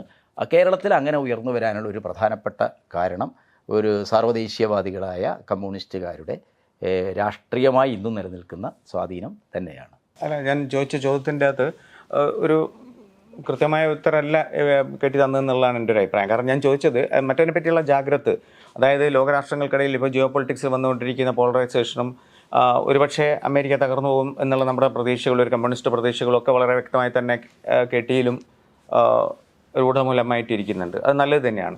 പക്ഷേ ചോദ്യം എൻ്റെത് ഇതായിരുന്നു, അതായത് ഇപ്പോൾ ഇറാഖ് തുടങ്ങിയ സംഭവങ്ങൾ ഉണ്ടായിരുന്ന സമയത്ത് നമ്മുടെ ഇപ്പം നമുക്കൊരു സ്ഥലത്ത് പോയാലും CPIM പോസ്റ്ററോ CPIM സംഘടിപ്പിക്കുന്ന എന്തെങ്കിലും പ്രതികരണങ്ങളോ സെമിനാറുകളോ ഒന്നും പലസ്തീൻ ഇഷ്യൂവുമായിട്ട് ബന്ധപ്പെട്ട് നമുക്കിപ്പോൾ അന്ന് തുടങ്ങിയ സമയത്ത് നടത്തിയിട്ടുണ്ട്. പിണറായി വിജയൻ 4 സ്ഥലത്ത് പങ്കെടുത്തിട്ടുണ്ട്. KT നിരന്തരം അതിനെപ്പറ്റി നടത്തിയിട്ടുണ്ട്. പക്ഷേ അതിൻ്റെ ഒരു സൈൻ നമ്മൾ നോക്കുകയാണെങ്കിൽ കേരളീയ സമൂഹത്തിൽ നോക്കിക്കഴിഞ്ഞാൽ അത് തുലോം കുറവാണെന്ന് മാത്രമല്ല, ഇല്ല എന്ന് തോന്നുന്ന രീതിയിൽ അതിന് പല കാരണങ്ങളുണ്ടാകും. ഇലക്ഷൻ വരുന്നു, CA വിരുദ്ധ പ്രക്ഷോഭം ഈ അടുത്ത കാലത്ത് വീണ്ടും ഉയർത്തിക്കൊണ്ടിരുന്നു, ഇതൊക്കെ ആയിരിക്കാം. പക്ഷെ അതിൽ ഞാൻ മനസ്സിലാക്കിയ കാരണം, ഇപ്പോൾ ഹമാസിനെ പറ്റി പറയുകയാണെങ്കിലോ അല്ലെങ്കിൽ ഫലസ്തീനെ പറ്റി പറയുകയാണെങ്കിലോ കേരളത്തിലെ ഒരു പൊതു ഹിന്ദു ധാരാ മനസ്സ് അതിനെ കാണുന്നത് വളരെ ഇസ്ലാമോഫോബിക്കായിട്ടുള്ള ഒരു മൈൻഡ് സെറ്റ് വെച്ചാണ്. അപ്പോൾ നമ്മുടെ ഇലക്ടോറൽ സംഗതികളിലൊക്കെ ഇടപെടുമ്പോൾ ഇത് വോട്ട് ചെയ്യുന്ന മുസ്ലിമോ അല്ലെങ്കിൽ വോട്ട് ചെയ്യുന്ന ഹിന്ദുവോ അല്ല. ആ ഒരു പൊതുവികാരം എന്ന് പറയുന്നത് പലപ്പോഴും ഫലസ്തീൻ എന്ന് പറയുന്നത് ഒരു ഇസ്ലാമിക ഭീകര ഇടപാടാണ് എന്നുള്ള തോന്നൽ വന്നപ്പോൾ അതിൽ നിന്ന് ബുദ്ധിപൂർവ്വം പിന്മാറി നിൽക്കേണ്ട ഒരവസ്ഥ CPIMന് സംഭവിച്ചിട്ടുണ്ട്. അത് ചിലപ്പോൾ ടാക്റ്റിക്കലി അത് ശരിയായിരിക്കാം, അങ്ങനെ ഒരു സംഭവം നടക്കുന്നുണ്ട് എന്നാണ് എൻ്റെ ഒരു വിശ്വാസം. അത് ആ വിശകലനം വളരെ തെറ്റാണ്, ആണല്ലേ? തെറ്റായ ഒരു വിഷയമാണ്. കാരണം എന്താ വെച്ചാൽ CPM ഈ 18ാം ലോക്സഭാ തെരഞ്ഞെടുപ്പിലും ഉയർത്തുന്ന സാർവദേശീയമായ വിഷയങ്ങളിൽ ഒന്ന് പലസ്തീൻ തന്നെയാണ്. പലസ്തീൻ പ്രശ്നം ഞങ്ങളുടെ കുടുംബയോഗങ്ങളുടെയൊക്കെ കുറിപ്പ് കണ്ടാൽ നിങ്ങൾക്കറിയാം. ഞങ്ങൾ പലസ്തീൻ എന്തിനാണ് ഈ മണിയൂരിലെ അല്ലെങ്കിൽ 5ാം പീടികയിലെ ഈ സാധാരണ ആളുകളെയൊക്കെ വിളിച്ചു ചേർത്ത് പലസ്തീൻ പറയുന്നതെന്ന് പല ആളുകളും ചോദിക്കുന്നുണ്ട് ഞങ്ങളോട്. പക്ഷേ ഞങ്ങൾ പലസ്തീൻ പറയുന്നുണ്ട്. കാരണം കമ്മ്യൂണിസ്റ്റുകാർ എന്താണ്, ഒരു സാർവദേശീയ ബോധമുള്ളവരാണ്. പലസ്തീൻ എവിടെയുമാകാം, ഇന്നത്തെ ഒരു ലോക സാഹചര്യത്തിനകത്ത് പലസ്തീൻ എവിടെയുമാകാം എന്നുള്ളതാണ്. അതുകൊണ്ട് തന്നെ ഞങ്ങളെ സംബന്ധിച്ചിടത്തോളം പലസ്തീനിലായാലും അങ്കോളയിലായാലും ലോകത്തിൻ്റെ ഏതു ഭാഗത്താണെങ്കിലും സ്വാതന്ത്ര്യം ആഗ്രഹിക്കുന്ന മനുഷ്യരുടെ രാഷ്ട്രീയമായ സ്വയംനിർണയാധികാരം നിഷേധിക്കപ്പെടുന്നുണ്ടെങ്കിൽ അതെന്താണ്? അത് ഏത് തെരഞ്ഞെടുപ്പ് മുഖത്തും ഞങ്ങൾക്ക് വിഷയമാണ്. ഞങ്ങൾ അതുകൂടെ ജനങ്ങളോട് പറഞ്ഞുകൊണ്ടാണ് ഞങ്ങൾ തെരഞ്ഞെടുപ്പിനെ അഭിമുഖീകരിക്കുന്നത്. ഞങ്ങളുടെ കുടുംബയോഗങ്ങളുടെയൊക്കെ കുറിപ്പ് പെൻഷൻ കൊടുക്കുന്നതിനെക്കുറിച്ച് മാത്രമല്ല പറയുന്നത്. ഇടതുപക്ഷ ബദലിനോടൊപ്പം ആ ബദലിൻ്റെ സാർവദേശീയ രാഷ്ട്രീയം ഞങ്ങൾ മുന്നോട്ട് വെക്കുന്നുണ്ട്. ആ സാർവദേശീയ രാഷ്ട്രീയത്തിൽ ഏറ്റവും പ്രധാനമാണ് പൊരുതുന്ന പലസ്തീൻ. നിങ്ങൾ CPMൻ്റെ ഏറ്റവും ഒടുവിലത്തെ കേന്ദ്ര കമ്മിറ്റി റിപ്പോർട്ട് CC റിപ്പോർട്ട് നോക്കൂ. ആ CC റിപ്പോർട്ടിലെ 18 പേജുകളിൽ 7 പേജുകൾ പലസ്തീനുമായി ബന്ധപ്പെട്ട വ്യത്യസ്തമായ സമീപനങ്ങൾ വരുന്നതിൻ്റെ അപകടകരമായ ഒരു വലതുപക്ഷ പ്രവണതയെക്കുറിച്ചാണ്. 7 പേജുകൾ, 18 പേജുള്ള പാർട്ടി സെൻട്രൽ കമ്മിറ്റി റിപ്പോർട്ടിൽ 7 പേജുകൾ എന്താണ്? A4ലുള്ള 7 പേജുകൾ പലസ്തീനാണ്. ഖണ്ഡമായിട്ട് വ്യത്യസ്ത വിഷയങ്ങൾ, വ്യത്യസ്ത തലങ്ങളിൽ അത് ചർച്ച ചെയ്യപ്പെടുകയാണ്. ആ ചർച്ച ചെയ്യപ്പെടുന്നതുമായി ബന്ധിപ്പിച്ച് ഞങ്ങളത് കാണുന്നത് എന്താണ്? ഇതാ ലിക്വിഡ് പാർട്ടിക്കകത്തുയർന്നു വരുന്ന വൈരുദ്ധ്യങ്ങൾ, ഇന്ത്യയിലെ ലിക്വിഡ് പാർട്ടിയുമായിട്ട് വളരെയേറെ സഹകരിച്ചു പോകുന്ന BJPക്കകത്ത് ഉയർന്നു വരുന്ന പ്രശ്നങ്ങൾ, മോഡി അപ്പോൾ അവിടെ ഞങ്ങളൊക്കെ ഇപ്പം വിശദീകരിക്കുമ്പോൾ സാധാരണ ലിക്വിഡ് പാർട്ടിയുടെ നേതാവായ മിസ്റ്റർ നെതന്യാഹു അവിടെ എന്താണ്, അയാൾക്കെതിരായിട്ടൊരു കോടതി വന്നു. ഇപ്പോൾ കോടതിയിലാണ്. ഇവിടെ എന്താണ്, ഇലക്ടറൽ ബോർഡിൽ ഒരു കോടതി വന്നപ്പോൾ ഇതെന്താണ്, കൃഷ്ണന് അവിൽപ്പതി കൊണ്ടുപോയ കുചേലിനെ വരെ എന്താണ് ഉദ്ധരിച്ചുകൊണ്ട് കോടതിയെ കളിയാക്കുകയാണ്. ഈ കാര്യങ്ങൾ ഞങ്ങൾ അങ്ങനെ തന്നെയാണ് പറയുന്നത്. പലസ്തീൻ എന്ന് പറയുന്നത് ഇന്ത്യയിലെയും കേരളത്തിലെയും ഇടതുപക്ഷത്തെ സംബന്ധിച്ചിടത്തോളം അവരുടെ ദൈനംദിന രാഷ്ട്രീയ വ്യവഹാരത്തിൽ എന്നും ഉണ്ടായിരുന്നു, അത് എന്നും ഉണ്ടാകും. പക്ഷേ നമ്മൾ കാണേണ്ട 90-കൾക്ക് ശേഷം ഇന്ത്യ എന്ന് പറയുന്നത് എന്താണ്, സാർവദേശീയ തലത്തിൽ സാമ്രാജ്യത്വ വിരുദ്ധമായ ഒരു ചേരിചേരാ മൂവ്മെൻറ്റിൻ്റെ ഭാഗമായി നിന്ന രാജ്യമാണ്. 70-കളാകുമ്പോഴേക്കും ഐക്യരാഷ്ട്രസഭ ദ്വിരാഷ്ട്ര നിലപാടുകൾ മുന്നോട്ട് വെക്കുകയും പലസ്തീൻ വിമോചന മുന്നണി അത് അംഗീകരിച്ചില്ല, യാസർ അറാഫത്ത് അത് അംഗീകരിച്ചില്ലെങ്കിലും യാസർ അറാഫത്തിനെ എന്താണ്, രാജ്യമില്ലാത്ത ഒരു രാജ്യത്തിൻ്റെ കൽപ്പിത പ്രതിനിധിയായിട്ട് ഐക്യരാഷ്ട്രസഭ അംഗീകരിച്ചപ്പോൾ ആദ്യമായിട്ട് ഡൽഹിയിൽ അദ്ദേഹത്തിന് നമ്മളെന്താണ് ഒരു അംബാസഡർക്ക് സമമായ രീതിയിലുള്ള സൗകര്യങ്ങൾ ഉണ്ടായിക്കൊടുത്തു. ഒരു രാഷ്ട്രത്തിൻ്റെ തലവനെന്ന രീതിയിലുള്ള അംഗീകാരം കൊടുത്തു. ശ്രീമതി ഇന്ദിരാഗാന്ധി അദ്ദേഹത്തെ കെട്ടിപ്പിടിച്ച് ലോകത്തോട് പറഞ്ഞു ഇതെൻ്റെ സഹോദരനാണെന്ന്. ആ ഒരു 70-കളിൽ നിന്ന് ലോകം മാറി ഇന്ത്യയിലെ എന്താണ് ഭരണവർഗ പാർട്ടിയായ കോൺഗ്രസിൻ്റെ പഴയ ചേരിചേരാ നിലപാടുകൾ ഉൾപ്പെടെയുള്ള സ്വതന്ത്ര വിദേശ നയം എന്താണ് അവർ പൂർണ്ണമായും ഉപേക്ഷിച്ചു. അവർ ഹിന്ദുത്വവാദികളുടെ ഒരു വിദേശ നയത്തിലേക്ക് നിബന്ധിച്ചു. അപ്പോൾ ഇതൊക്കെയായി ബന്ധപ്പെട്ടുകൊണ്ട് വേണം നമ്മുടെ സമൂഹത്തിൽ ഇത്തരം വിഷയത്തിലുള്ള വളരെ സെൻസിബിളായ ഇടപെടലുകളുടെ ഒരു പരിമിതിയെ നമ്മൾ വിലയിരുത്താൻ.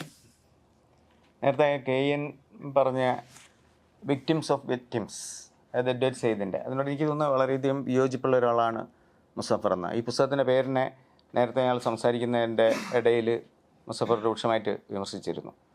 അങ്ങനെ ആകാൻ പാടില്ല എന്നാണ് മുസഫർ പറഞ്ഞത്. അത് മുസഫറിന് തന്നെ ഒന്ന് കുറച്ചും കൂടി വിശദമായിട്ട് വ്യക്തമാക്കാൻ പറ്റും തോന്നുന്നുണ്ട്. അത് ഇരകളുടെ ഇരകൾ എന്നുള്ള ലോകം കണ്ട ഏറ്റവും വലിയ ചിന്തകരിൽ ഒരാളായിട്ടുള്ള എഡ്വേർഡ് സെയ്ദിൻ്റെ പ്രയോഗമാണ്. പക്ഷെ നമ്മൾ മനസ്സിലാക്കേണ്ടത് എഡ്വേർഡ് സെയ്ദിൻ്റെ ആ പ്രയോഗത്തോട് അറബ് ലോകത്തെ ബുദ്ധിജീവികൾ എങ്ങനെ പ്രതികരിച്ചിട്ടുണ്ട് എന്നുകൂടി നമ്മൾ മനസ്സിലാക്കണം. അതൊരു വലിയ ഒരു ഹിസ്റ്ററിയാണ്. കാരണം എഡ്വേർഡ് സെയ്ദിനെ പോലെയുള്ള ഒരാൾ പറഞ്ഞത് എല്ലാ കാലത്തേക്കുമായിട്ട് നിൽക്കുന്നില്ല.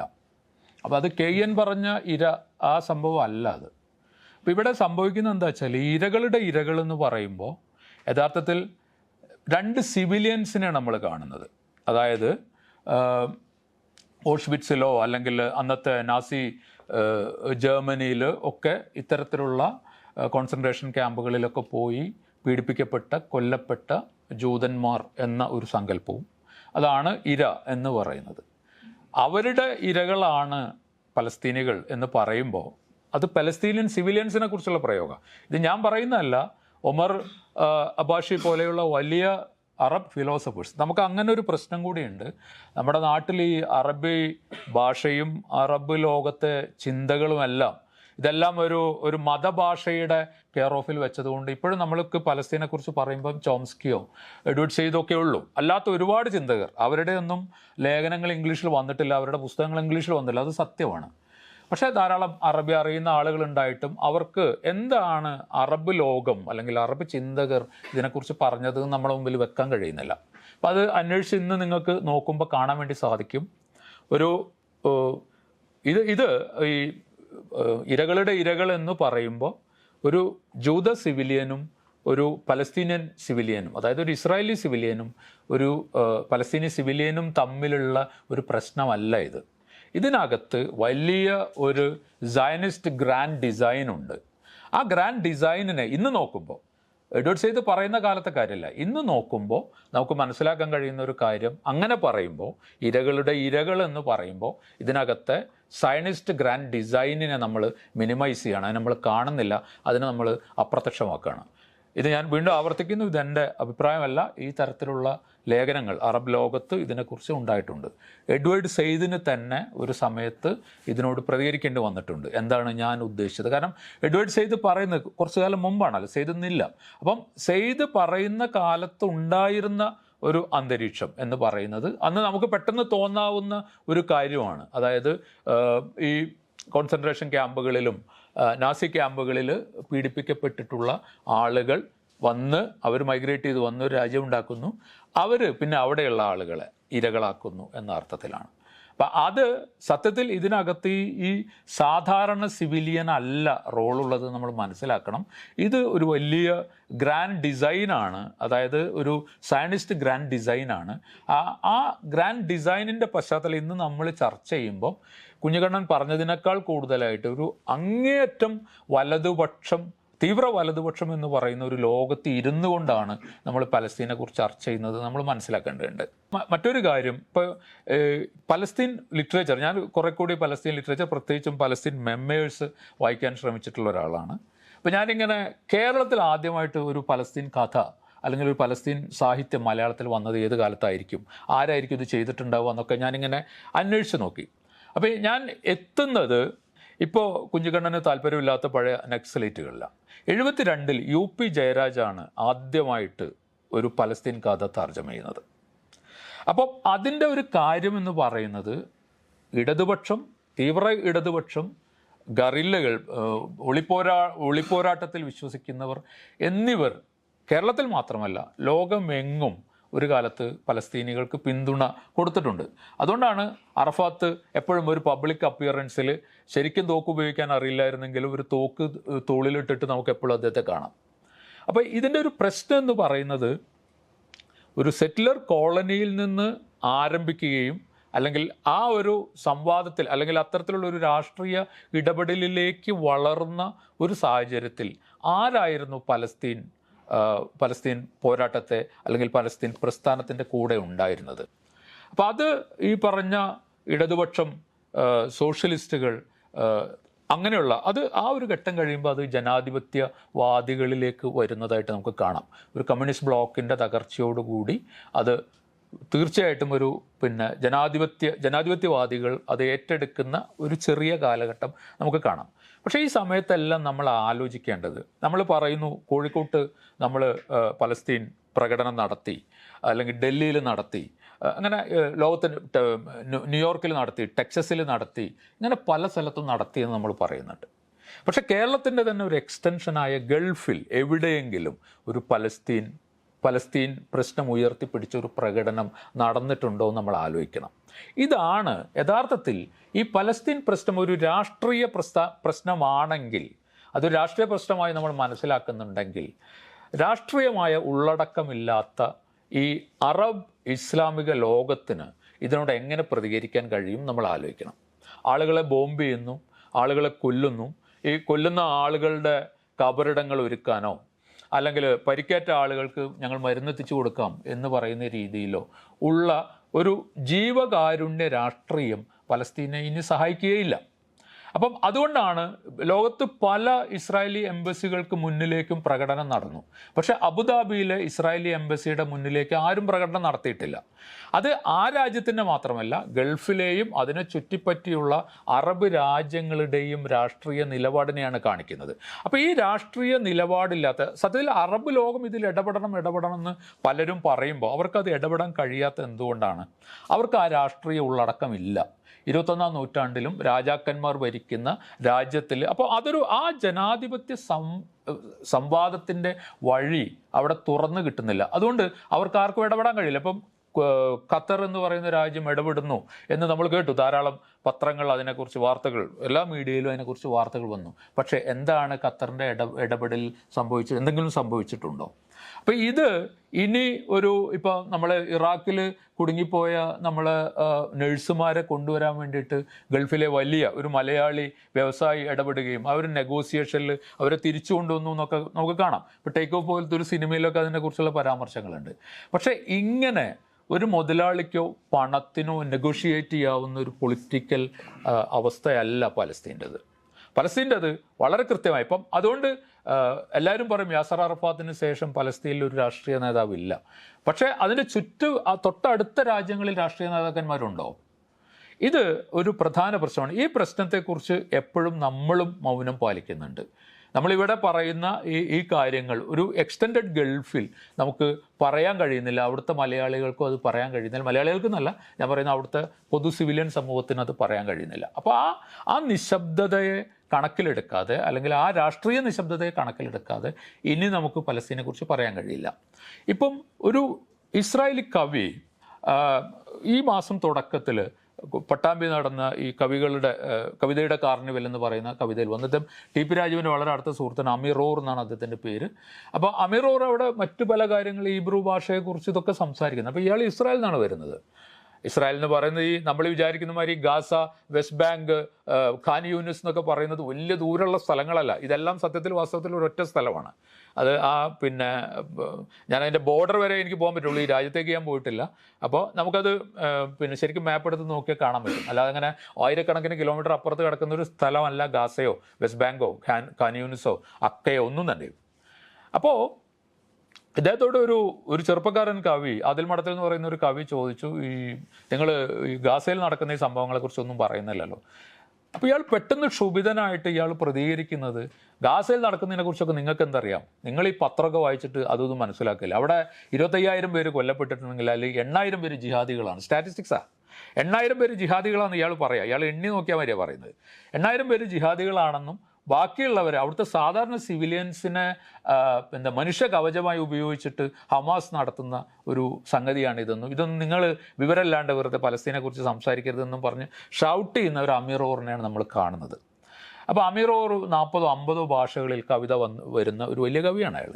അപ്പോൾ എന്തുകൊണ്ടാണ് അമീറോർ അങ്ങനെ പറയുന്നത്? അമീറോർ ആരെയാണ് റെപ്രസെൻ്റ് ചെയ്യുന്നത്? അമീറോർ ഒരു സാധാരണ ഇസ്രായേലി സിവിലിയനാണോ എന്ന സംശയം നമുക്ക് തോന്നുകയാണ്. കാരണം അദ്ദേഹം ഇവിടുത്തെ എനിക്കൊന്ന് സാഹിത്യ അക്കാദമിയുടെ പരിപാടിയിൽ വരെ പങ്കെടുത്തൊരു കവിയാണെന്നാണ് ഞാൻ മനസ്സിലാക്കുന്നത്. ആ നിലക്ക് നോക്കുമ്പോൾ ഔദ്യോഗികമായി ഇൻവിറ്റേഷൻ കിട്ടിയ ഒരാളാണ് അയാൾ. അപ്പോൾ ഈ പറയുന്ന സ്ഥലത്ത് നിന്ന് ഗാസയിൽ നിന്ന് 35-40 കിലോമീറ്റർ മാത്രം അകലെ ജീവിക്കുന്ന ഒരാൾ പറയാണ് അവിടെ കൊല്ലപ്പെട്ട 8,000 പേരും ജിഹാദികളാണ് എന്ന്. അപ്പോൾ തീവ്ര വലതുപക്ഷം എങ്ങനെയൊക്കെ പ്രവർത്തിക്കുന്നു എന്ന് ചോദിച്ചാൽ ഒരിക്കലും പരിഹാരം ഉണ്ടാകാതിരിക്കാനാണ് അവരെപ്പോഴും ശ്രമിക്കുക. അതൊരു പുതിയ ഒരു വിവാദമാകാം, പുതിയൊരു ഫാക്റ്റിനെ കൊണ്ടുവന്നത് 8,000 ജിഹാദികൾ. അപ്പോൾ എല്ലാം ജിഹാദികളാകുന്ന ഒരു സാഹചര്യം അവർ കൊണ്ടുവരികയാണ് ചെയ്യുന്നത്. അപ്പോൾ ഈ ഒരു അറബ് ഇസ്ലാമിക ലോകത്തെ ജനാധിപത്യ കമ്മി അല്ലെങ്കിൽ ജനാധിപത്യത്തിൽ നിന്നുണ്ടാകേണ്ട രാഷ്ട്രീയമായ തിരിച്ചറിവിൻ്റെ ഇല്ലായ്മയാണ് വാസ്തവത്തിൽ പലസ്തീനികളും അനുഭവിക്കുന്നത്.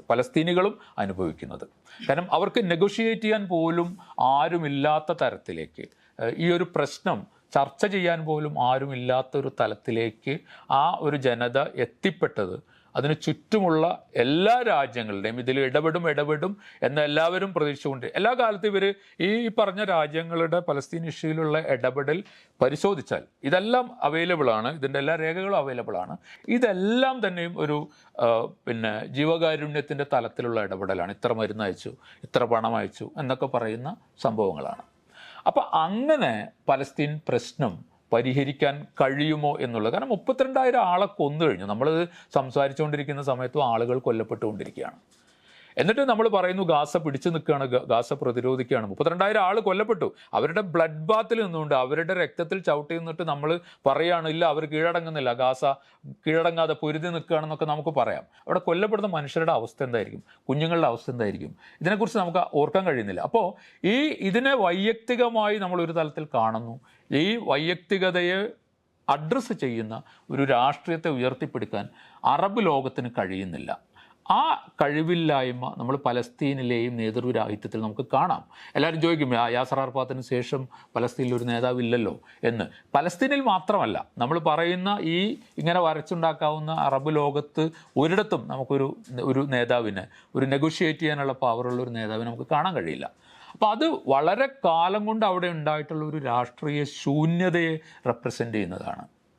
അപ്പം ഒരു കാലത്ത് ബാസ് പാർട്ടിയെ പോലുള്ള കമ്മ്യൂണിസ്റ്റ് പാർട്ടികളുടെ പിന്തുണ, ഗറില്ല ഗ്രൂപ്പുകളുടെ പിന്തുണ ഉണ്ടായിരുന്ന ഒരു പ്രസ്ഥാനത്തിന് ഈ ഇടതുപക്ഷത്തിൻ്റെ ഒരു വലിയ കൊളാപ്സിന് ശേഷം അവർ ജനാധിപത്യത്തിലേക്ക് നോക്കി. പക്ഷേ ജനാധിപത്യം എന്ന് പറയുന്ന ഒരു സംഭവം അവർക്ക് കാണാനോ അനുഭവിക്കാനോ കഴിയുന്നില്ല. അതിൻ്റെ ഒരു പ്രശ്നമാണ് ഇത്തരത്തിലുള്ള ഒരു അവസ്ഥ. കാരണം UN സംബന്ധിച്ച് UN റെപ്രസെൻ്റ് ചെയ്യുന്ന, നമ്മൾ പറയുന്ന, ഇപ്പോൾ UN നമ്മൾ പ്രതീക്ഷ അർപ്പിച്ച് സംസാരിക്കുമ്പോൾ ഇന്ന് നമ്മൾ കാണുന്ന UN എത്ര രാജ്യങ്ങൾ തീവ്ര വലതുപക്ഷത്തെ പ്രതികരിക്കുന്നു നമ്മൾ മനസ്സിലാക്കണം. അത് പഴയ പോലെ ജനാധിപത്യവാദികളുടെ ഒരു സംഗമ സ്ഥലമല്ല. അതുകൊണ്ട് യൂറോപ്പിലെ ഏത് രാജ്യത്തും അറബ് ലോകത്ത്, പ്രത്യേകിച്ച് സിറിയയിൽ നിന്ന് വരുന്ന അഭയാർത്ഥികളെ ആട്ടി ഓടിക്കുന്ന കാഴ്ച നമുക്ക് കാണാൻ പറ്റും. അപ്പോൾ അഭയാർത്ഥികളോട്, പലസ്തീനികളോട് ഈ തരത്തിലുള്ള ഒരവസ്ഥ ഇപ്പം ഇന്ത്യയിൽ തന്നെ നമ്മൾ ഒരു തീവ്ര വലതുപക്ഷ രാഷ്ട്രീയം നിലനിൽക്കുന്ന ഒരു സ്ഥലം എന്ന നിലക്ക് നോക്കുമ്പോൾ ഇത്തരത്തിൽ അടിച്ചമർത്തപ്പെട്ട അല്ലെങ്കിൽ കൊല്ലപ്പെട്ട, പീഡിപ്പിക്കപ്പെട്ട മനുഷ്യരുടെ, ഇൻഡിവിജ്വൽസിനെയും ഗ്രൂപ്പുകളെയും നമ്മൾ എടുത്തു നോക്കുക. അവർക്ക് എന്ത് ന്യായമാണ്, എന്ത് നീതിയാണ് കിട്ടുന്നത് എന്നുള്ളത് നോക്കുമ്പോൾ നമുക്കത് മനസ്സിലാക്കാൻ പറ്റും. അപ്പം നേരത്തെ പറഞ്ഞ പോലെ ഈ ഏകധ്രുവ ലോകം എന്ന് പറയുന്നത് ഇന്ന് ഒരു തീവ്ര വലതുപക്ഷ ലോകമായി മാറിയിരിക്കുന്നു. ഇപ്പോൾ ഈ ഗോസ്പിഡനോവ് എന്ന് പറയുന്ന കഴിഞ്ഞ വർഷത്തെ ഇൻ്റർനാഷണൽ ബുക്കർ കിട്ടിയിട്ടുള്ള ഒരു റൈറ്റർ ഉണ്ട്. അയാൾ പറയുന്ന ഒരു ആശയമുണ്ട്, ഇൻവെൻറ്റിങ് പാസ്റ്റ് എന്ന് പറയുന്നത്. നമ്മൾ ഈ ആർട്ടിഫിഷ്യൽ ഇൻ്റലിജൻസ് എന്നൊക്കെ പറയുന്ന പോലെ ഒരു ആർട്ടിഫിഷ്യൽ ഭൂതകാലം ഉണ്ടാക്കാൻ പറ്റും. ആ ഭൂതകാലത്തിൽ ഒരു ഭൂതകാലം നമ്മൾ ക്രിയേറ്റ് ചെയ്യാണ്, എന്നിട്ട് പറയുകയാണ് ഇതാണ് യഥാർത്ഥത്തിൽ ഭൂതകാലം, 100 കൊല്ലം മുമ്പ് ഇങ്ങനെ ആയിരുന്നു എന്ന് ഒരു വളരെ എക്സ്ട്രീം റൈറ്റ് വിങ് ആയ ഒരു ഗ്രൂപ്പ് പറയണം. അവിടെയാണ് നമുക്ക് രാമൻ എവിടെ, സീത എവിടെ എന്ന് നമുക്ക് അറിയാൻ പറ്റില്ല. കാരണം ഇപ്പോഴുള്ള ഒരു കഥ വെച്ചിട്ടാണ് നമ്മളിത് പറയുന്നത്, ആ നാരേറ്റീവിൻ്റെ കൂടെ. അപ്പം ആ ഒരു ഭൂതകാലം ഉണ്ടാക്കുമ്പോൾ നമ്മളോട് പറയണം ഈ ഭൂതകാലമാണ് നിങ്ങളുടെ ഭൂതകാലം, ഇതാണ് നിങ്ങളുടെ യഥാർത്ഥ പേര്, ഇതിലാണ് നിങ്ങൾ അഭിമാനം കൊള്ളേണ്ടത്. ആ അഭിമാനം കൊള്ളുന്നതിൻ്റെ പലതരം വിസ്ഫോടനങ്ങളാണ് ഇന്ന് ഇന്ത്യ പോലൊരു രാജ്യത്ത് നമ്മൾ കാണുന്നത്. ഇത് തന്നെയാണ് പലസ്തീനിൽ ഇസ്രായേലിൻ്റെ ഭാഗത്തുനിന്ന് ഉണ്ടാകുന്നത്. കാരണം അവരൊരു വളരെ കൃത്യമായ ഈ പറഞ്ഞ ആളുകളല്ല ഇവിടുത്തെ ആദ്യത്തെ ആളുകൾ, ഞങ്ങളാണ് ഇവിടുത്തെ ആദ്യത്തെ ആളുകൾ എന്നുള്ളൊരു കഥ ഉണ്ടാക്കാൻ കഴിയാണ്. അപ്പോൾ തീവ്ര വലതുപക്ഷം എപ്പോഴും ഒരു കഥയുണ്ടാക്കുന്നുണ്ട്. ആ കഥയിലൂടെ അവരൊരു പാസ്റ്റിനെ ക്രിയേറ്റ് ചെയ്യുന്നുണ്ട്. അവർക്ക് സ്വന്തമായിട്ട് ഒരു ഭൂതകാലത്തെ അവർ ഉണ്ടാക്കുകയാണ് ചെയ്യുന്നത്. അപ്പോൾ ആ ഭൂതകാലത്തിനൊരു നൊസ്റ്റാൾജിയ ഉണ്ട്. എല്ലാ ഭൂതകാലത്തിനും നൊസ്റ്റാൾജിയ ഉണ്ട്.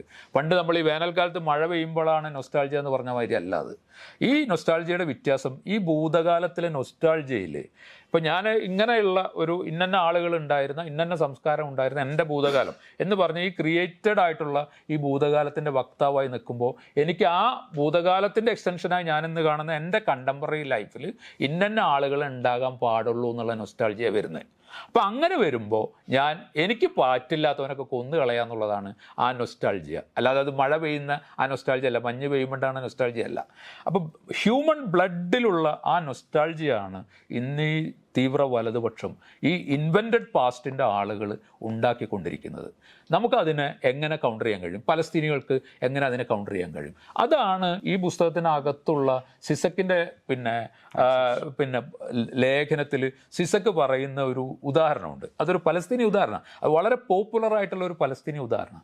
അതായത് നമ്മൾ പിസ കഴിക്കാനിരിക്കുമ്പോൾ പിസ 4-5 ആൾ കൂടിയിട്ടൊരു പിസ വാങ്ങിച്ചിട്ട് കഴിക്കാനിരിക്കുമ്പോൾ ഏതൊക്കെ കഷ്ണം ആർക്കൊക്കെ എടുക്കണം എന്നുള്ളതിനെ കുറിച്ചുള്ള ആലോചന നടക്കുമ്പോൾ തന്നെ ഒരാൾ ഈ പിസ മുഴുവൻ ഒരു ഭാഗത്തുനിന്ന് തിന്ന് തീർത്തുകൊണ്ടിരിക്കുക. അതാണ് പലസ്തീൻ പ്രശ്നം. അതായത് നമ്മളിത് ചർച്ച ചെയ്യുമ്പോൾ പലസ്തീൻ എന്ന് പറഞ്ഞ സ്ഥലത്ത് ഒരു പിടി മണ്ണില്ലാതെ ആവുന്നു, അതിങ്ങനെ അടർത്തി എടുക്കുന്നു എന്നുള്ള ഒരു യാഥാർത്ഥ്യമാണ്. ഈ യാഥാർത്ഥ്യത്തെ അഭിസംബോധന ചെയ്യാനുള്ള ജനാധിപത്യം നൽകിയിട്ടുള്ള ഒരു രാഷ്ട്രീയ ശരി ഉയർത്തിപ്പിടിക്കുന്ന ഒരു നേതാവില്ലാത്ത അങ്ങനത്തെ ഒരു ടെറൈനിൻ്റെ ഒരവസ്ഥ കൂടി, രാഷ്ട്രീയ അവസ്ഥ കൂടി നമുക്കിന്ന് പലസ്തീനിൽ കാണാൻ വേണ്ടി സാധിക്കും. ഇപ്പം ഈ ഗസൻ കനഫാനി എന്ന് പറയുന്ന വലിയൊരു റൈറ്റർ, പലസ്തീനി നോവലിസ്റ്റ് ഉണ്ട്. 72 മൊസാദ് ബോംബ് ചെയ്ത് കൊന്ന ഒരാളാണ് അദ്ദേഹം ഭാര്യയും കൂടി ലബനാനിൽ പോകുന്നു, ഒരു കടയിൽ കയറി സാധനം വാങ്ങാൻ ഭാര്യ ഇറങ്ങുന്ന ആ സമയം കറക്റ്റായിട്ട് നോക്കി ഇയാൾ മാത്രമേ ജീപ്പിലുള്ളൂ എന്ന് മനസ്സിലാക്കിയിട്ട് ഇയാളെ ബോംബ് ചെയ്ത് കൊല്ലുക. അപ്പോൾ കനഫാനിയുടെ ഹൈഫയിലേക്ക് മടങ്ങിയവർ, ഹൈഫ എന്ന് പറയുന്ന ഒരു പലസ്തീൻ പ്രവിശ്യയാണ്, ഹൈഫയിലേക്ക് മടങ്ങിയവർ എന്ന് പറയുന്ന ഒരു നോവൽ ഇപ്പം മലയാളത്തിൽ വന്നിട്ടുണ്ട്. ചെറിയൊരു നോവലാണ്. ആ നോവലിൻ്റെ കണ്ടന്റ് എന്ന് വിചാരിച്ചാൽ ആദ്യത്തെ നക്ബ നടക്കുമ്പോൾ 48 ആദ്യത്തെ നക്ബ നടക്കുമ്പോൾ ഫാമിലികൾ ഓടിപ്പോവാണ്, പലസ്തീനികൾ ഓടിപ്പോവുക. അവർ അക്ക വഴി അങ്ങനെ പല സ്ഥലങ്ങളിലൂടെ ലബനാനിൽ പല നാടുകളിലേക്ക് ഓടിപ്പോവുക. അപ്പോൾ ഒരു ഫാമിലി, ഒരു ഭാര്യയും ഭർത്താവ് ഓടിപ്പോകുമ്പോൾ അവരുടെ 5 മാസം പ്രായമുള്ള കുഞ്ഞിനെ അവർക്ക് എടുക്കാൻ പറ്റുന്നില്ല. കാരണം ആ കുട്ടനെയും കൂടി എടുത്ത് ഓടാൻ അവർക്ക് പറ്റുന്നില്ല. അപ്പോൾ ആ കുഞ്ഞിനെ ആ വീട്ടിൽ തന്നെ ഇട്ടിട്ട് പോവാം. അങ്ങനെ 20 വർഷം കഴിഞ്ഞ് ഇവർക്കൊക്കെ വേണമെങ്കിൽ ഈ നാട് സന്ദർശിക്കാം എന്ന ഒരു നിയമം വരുമ്പോൾ ഈ ഫാമിലി തിരിച്ച് അവരുടെ യഥാർത്ഥ വീട് കാണാൻ വേണ്ടിയിട്ട് വരികയാണ്. അപ്പോൾ യഥാർത്ഥ വീട് കാണാൻ വന്നിട്ട് ഒരു സ്ത്രീ, ഒരു ജൂ സ്ത്രീ പുറത്തേക്ക് ഇറങ്ങി വന്ന് പിന്നെ അവരോട് പറയുന്നത് ഞങ്ങളുടെ വീടായിരുന്നു. അപ്പോൾ ആ സ്ത്രീ വളരെ ഇതായിട്ട് പറയും, അത് നിങ്ങളുടെ വീടായിരിക്കും, അല്ലാതെ നിങ്ങളിവിടെ വരില്ല എന്ന് എനിക്കറിയാം, വരും, അകത്തേക്ക് വരുമെന്ന് പറയും. അപ്പോൾ ഇങ്ങനെ അവർ വീട് നോക്കുന്നു. വീട്ടിലുള്ള എല്ലാ സാധനങ്ങളും, ആ പഴയ സാധനങ്ങളൊക്കെ അതേപോലെ ഉണ്ട്. അവിടെ ഉണ്ടായിരുന്ന പടങ്ങൾ എല്ലാം അതേപോലെ കീപ്പ് ചെയ്തിട്ടുണ്ട് ആ വീട്ടിൽ. അതായത് ആദ്യം നക്ബ കഴിഞ്ഞ് 20 കൊല്ലം കഴിയുമ്പോഴുള്ളൊരു സിറ്റുവേഷനാണത്. അപ്പോൾ ഇവർ ചോദിക്കുകയാണ്, ഞങ്ങളുടെ ഒരു കുഞ്ഞിനെ ഞങ്ങളിവിടെ ഇട്ടിട്ട് പോയിരുന്നു, ഞങ്ങൾക്കന്ന് കൊണ്ടുപോകാൻ പറ്റിയില്ല, ആ കുഞ്ഞിന് എന്ത് പറ്റി നിങ്ങൾക്ക് അറിയാമോ എന്ന് ചോദിക്കുകയാണ്. അപ്പോൾ ഈ സ്ത്രീ പറയും, നിങ്ങൾ സംസാരിക്കുന്ന കോഷിനെ കുറിച്ചായിരിക്കും. കോഷ് എന്ന് പറയുന്ന ഒരു കോമൺ ജൂ നെയിമാണ്. അപ്പോൾ കോഷിനെ കുറിച്ചായിരിക്കാം നിങ്ങൾ സംസാരിക്കുന്നത്, എനിക്കറിയില്ല. എന്നിട്ട് ഈ അച്ഛൻ്റെ മുഖത്ത് നോക്കിയിട്ട് ആ സ്ത്രീ പറയും, നിങ്ങളുടെ നല്ല മുഖച്ഛായ ഉണ്ട് കോഷിനെന്ന് പറയും. ദാറ്റ് മീൻസ് ആ കുഞ്ഞിനെ ഈ സ്ത്രീയും അവരുടെ ഭർത്താവും കൂടി എടുത്ത് വളർത്തുകയാണ്. ഈ ഭർത്താവ് പിന്നീട് ഒരു 11 കൊല്ലം കഴിയുമ്പോൾ അയാൾ വേറൊരു ബ്ലാസ്റ്റിൽ കൊല്ലപ്പെടുക. അപ്പോൾ ഈ പയ്യൻ വളർന്ന് ഇപ്പോൾ ഇവർ കാണുമ്പോൾ 20 വയസ്സായി. 20 വയസ്സായ ആ പയ്യൻ ഇസ്രായേലി മിലിറ്ററിയിൽ ഉദ്യോഗസ്ഥനാണ്, ജോലിക്കാരനാണ്. അങ്ങനെ ഇയാൾ രാത്രി വീട്ടിലേക്ക് വരികയാണ് ഈ ഇസ്രായേലി മിലിറ്ററി യൂണിഫോം ഇട്ടിട്ട്. അപ്പോൾ ഇയാൾ അവസാനം പിന്നെ ഈ സ്ത്രീ, ജൂത സ്ത്രീ പറയും, മോനെ ഇതാണ് നിൻ്റെ യഥാർത്ഥത്തിലുള്ള അച്ഛനും അമ്മയും എന്ന് പറയും. അപ്പോൾ ഇയാൾ പറയും, ഒരിക്കലുമല്ല, ഇവരെൻ്റെ അച്ഛനും അല്ല അമ്മയല്ല, എനിക്ക് അമ്മ നിങ്ങളാണ്, എൻ്റെ അച്ഛൻ കുറച്ചു കാലം മുമ്പ് മരിച്ചു, അവരെന്നെയാണ് എൻ്റെ അച്ഛനും അമ്മയും, അതിനകത്ത് വേറെ സംസാരമൊന്നുമില്ല എന്ന് പറയുകയാണ്. അങ്ങനെ ആ ഫാമിലി തിരിച്ചു വന്നു. വേറെ ഇതേപോലെ ഒരു ഫാമിലി കാണുന്നത് അവരുടെ വീടിനകത്ത് വെച്ചിരുന്ന, കൊല്ലപ്പെട്ട അവരുടെ ഒരു ബ്രദറിൻ്റെ ഫോട്ടോ വെച്ചിരുന്ന ഒരു വീട്, അത് ഇതേപോലെ ജ്യൂസിന് കൊടുക്കണം അവരാ പോയിട്ട്. അപ്പം ആ വീട്ടിൽ ചെല്ലുമ്പോഴും ആ ഫോട്ടോഗ്രാഫ് അവിടെ വെച്ചിട്ടുണ്ട്. അപ്പോൾ അവരോട് വേറൊരു ഫാമിലിയാണ്, അവർ ചോദിക്കും, നിങ്ങൾ എന്തിനാണ് ഈ ഫോട്ടോ ഇവിടെ വെച്ചിരിക്കുന്നത്? അപ്പോൾ അവർ പറയും, ആ ഫോട്ടോ അവിടെ നിന്ന് നീക്കിയാൽ ഒരു ശൂന്യത ഞങ്ങൾക്ക് അനുഭവപ്പെടാം, അതൊരു ശൂന്യതയിലേക്ക് നോക്കുന്ന പോലെ, അത് പറ്റൂല എന്ന് പറയും. ഈ 2 കഥകളാണ് ഹസൻ കനഫാനി അദ്ദേഹത്തിൻ്റെ 68 എഴുതിയിട്ടുള്ള ഈ നോവലിൽ നമ്മൾ കാണുന്നത്. അത് അന്ന് ശരിയാണ്. അതായത് ആ 20 കൊല്ലം 25 കൊല്ലമൊക്കെ ആകുന്ന സമയത്ത് ഈ പറയുന്ന, കാരണം ഇവർക്കൊക്കെ അന്ന് ടെനൻസിയാണ്, അതായത് വാടക വീട് കൊടുക്കുന്നത്. ഈ കെട്ടിടം അവർക്ക് പൂർണ്ണമായി അവർക്ക് കൈമാറുന്നില്ല, ഒരു വാടക ഷീട്ടിന് കൊടുക്കുകയാണ് സർക്കാർ, അന്നത്തെ ഇസ്രായേലി ഗവൺമെൻറ് ഇവർക്ക് കൊടുക്കുകയാണ്. പക്ഷേ കുറച്ച് കാലം കഴിയുമ്പോൾ ഈ വീടുകൾ സ്ഥിരമായി കൊടുക്കാൻ തുടങ്ങുകയാണ്. സ്ഥിരമായി കൊടുക്കാൻ തുടങ്ങുന്നതോടുകൂടി നിങ്ങൾ പറയുന്ന ഈ ഇസ്രായേലിനേക്കാളും പഴക്കമുണ്ട് മനുഷ്യസ്നേഹത്തിന് എന്നുള്ള കഥ അവിടെ വെച്ച് അവസാനിക്കുകയാണ്. അതായത് ആ മനുഷ്യസ്നേഹം പോകുന്ന ഇന്ന് നമ്മൾ കാണുന്ന ഈ അമീറൂറിനൊക്കെ പോലെയുള്ള ഇസ്രായേലി പൗരന്മാർ ജനറേറ്റ് ചെയ്യുകയാണ് ചെയ്യുന്നത്. അപ്പം അങ്ങനത്തെ ഇത്രയും അനക്ഡോട്ടിനിടയിൽ നിന്നുകൊണ്ട് നമ്മളെപ്പോലെ ആളുകൾക്ക് ഈ ഒരു വിഷയം ചർച്ച ചെയ്യും. കാരണം നമുക്ക് ഇപ്പോൾ മലയാളി ഇത്രയും ഗൾഫിലുണ്ട്, ഗൾഫിൽ എന്ന് പറഞ്ഞാൽ ശരിക്കും വളരെ അബുദാബിക്കൊക്കെ വേണമെങ്കിൽ അബുദാബിക്ക് ശരിക്കും ബോർഡറുണ്ട്, എല്ലാ പിന്നെ ഗൾഫ് രാജ്യങ്ങൾക്കും ബോർഡറുണ്ട്, പലസ്തീനായിട്ടും ഇസ്രായേലായിട്ടും സൗദി അറേബ്യയ്ക്കുണ്ട്, എല്ലാ രാജ്യങ്ങൾക്കും ബോർഡേഴ്സുണ്ട്, അല്ലെങ്കിൽ ക്രോസ് ബോർഡേഴ്സുണ്ട്. പക്ഷേ നമ്മൾ ആരും തന്നെ ഒരു കുപ്പി മരുന്ന് പലസ്തീനിൽ എത്തിക്കാൻ നമുക്ക് പറ്റുന്നില്ല, അല്ലെങ്കിൽ നമ്മൾ അതിനെക്കുറിച്ച് ആലോചിക്കുന്നില്ല, നമ്മൾ അങ്ങനെ ഒരു ചർച്ച നടത്തുന്നില്ല. ഇപ്പോൾ ഒരു മലയാളി ഗ്രൂപ്പ് തൊട്ടിപ്പുറത്ത് പിന്നെ UAE ഭാഗത്ത് ടെൻ്റ് ഹോസ്പിറ്റൽ തുറന്ന് അവിടെ എത്തുന്ന പലസ്തീനി രോഗികളെ ചികിത്സിക്കുന്നുണ്ട്. പക്ഷേ നമുക്ക് അങ്ങനെ ഒരു ക്യാമ്പയിനെ കുറിച്ച് ആലോചിക്കാൻ പറ്റാത്തത് ശരി. ചിലപ്പോൾ നമുക്ക് ഈ മരുന്നൊന്നും അവിടെ എത്തിക്കാൻ പറ്റില്ല, അവർക്ക് പണം എത്തിച്ചു കൊടുക്കാനോ മറ്റൊന്നിനും നമ്മൾ അത് ശരി. കാരണം ഇതെല്ലാം ഒരു കുപ്പി മരുന്ന് ഒരു ഗ്രനേഡാണെന്ന് പെട്ടെന്ന് പറയാം, കാരണം ആയുധം കൊടുക്കുന്നു എന്നാണല്ലോ കഥ. അപ്പം അങ്ങനെ വരുന്നേരം നമുക്ക് അങ്ങനത്തെ ഒരു ക്യാമ്പയിനെ കുറിച്ച് നമ്മൾ ആലോചിക്കാത്തത് എന്തുകൊണ്ടാണ്? നമ്മളുടെയും മനസ്സിൽ നിന്ന് പലസ്തീൻ, അതായത് നമ്മളും ഈ റൈറ്റ് വിങ് ഉൽപ്പാദിപ്പിച്ചിട്ടുള്ള ഈ ജനപ്രിയതയുടെ ഭാഗമായി റൈറ്റ് വിങ് എല്ലായിടത്തും ജനപ്രിയത ഉണ്ടാക്കുന്നുണ്ട്. അതുകൊണ്ടാണ് കേരളത്തിലുള്ള ആളുകൾ പലസ്തീനെ ഇങ്ങനെ കണ്ടുകൊണ്ട് ധാരാളം ഇത് മുഴുവൻ ഈ ഹമാസിൻ്റെ കഥയൊക്കെ പറഞ്ഞ് ഇത് മുഴുവൻ ഭീകരവാദമാണ്, പലസ്തീൻ്റെ കൂടെ നിൽക്കുന്ന എല്ലാം ഭീകരവാദമാണ് എന്ന് പറയുന്ന ഒരു തലത്തിലേക്ക് നമ്മളിവിടെ എത്തിയിട്ടുള്ളത് കേരളത്തിലെ ഒരു വലിയ വിഭാഗം ആളുകൾ നമുക്ക് എല്ലാ ഈ സോഷ്യൽ മീഡിയ കണ്ടന്റിനകത്തും അത് കാണാം. അപ്പോൾ അവരൊക്കെ അങ്ങനെ എത്തിയിട്ടുണ്ടെങ്കിൽ അവരെല്ലാവരും തന്നെ ഈ തീവ്ര വലതുപക്ഷത്തിലെ പിന്നെ മെമ്പർഷിപ്പ് എടുത്തു കഴിഞ്ഞിട്ടുണ്ട് എന്നുള്ളതാണ് അതിൽ നിന്ന് നമ്മൾ മനസ്സിലാക്കേണ്ടത്.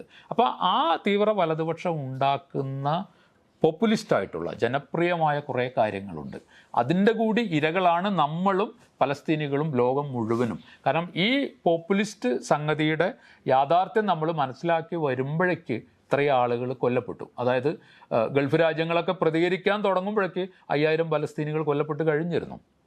അപ്പം ഈ ഒരു യാഥാർത്ഥ്യത്തിൽ നിന്നുകൊണ്ട് ആണ് നമ്മൾ ഈ ഒരു പ്രശ്നത്തിലേക്ക് നോക്കേണ്ടത്. നമ്മളെന്ന് പറയുന്നത് ലോകം നോക്കേണ്ടതെന്നാണ് എൻ്റെ ഒരു അഭിപ്രായം.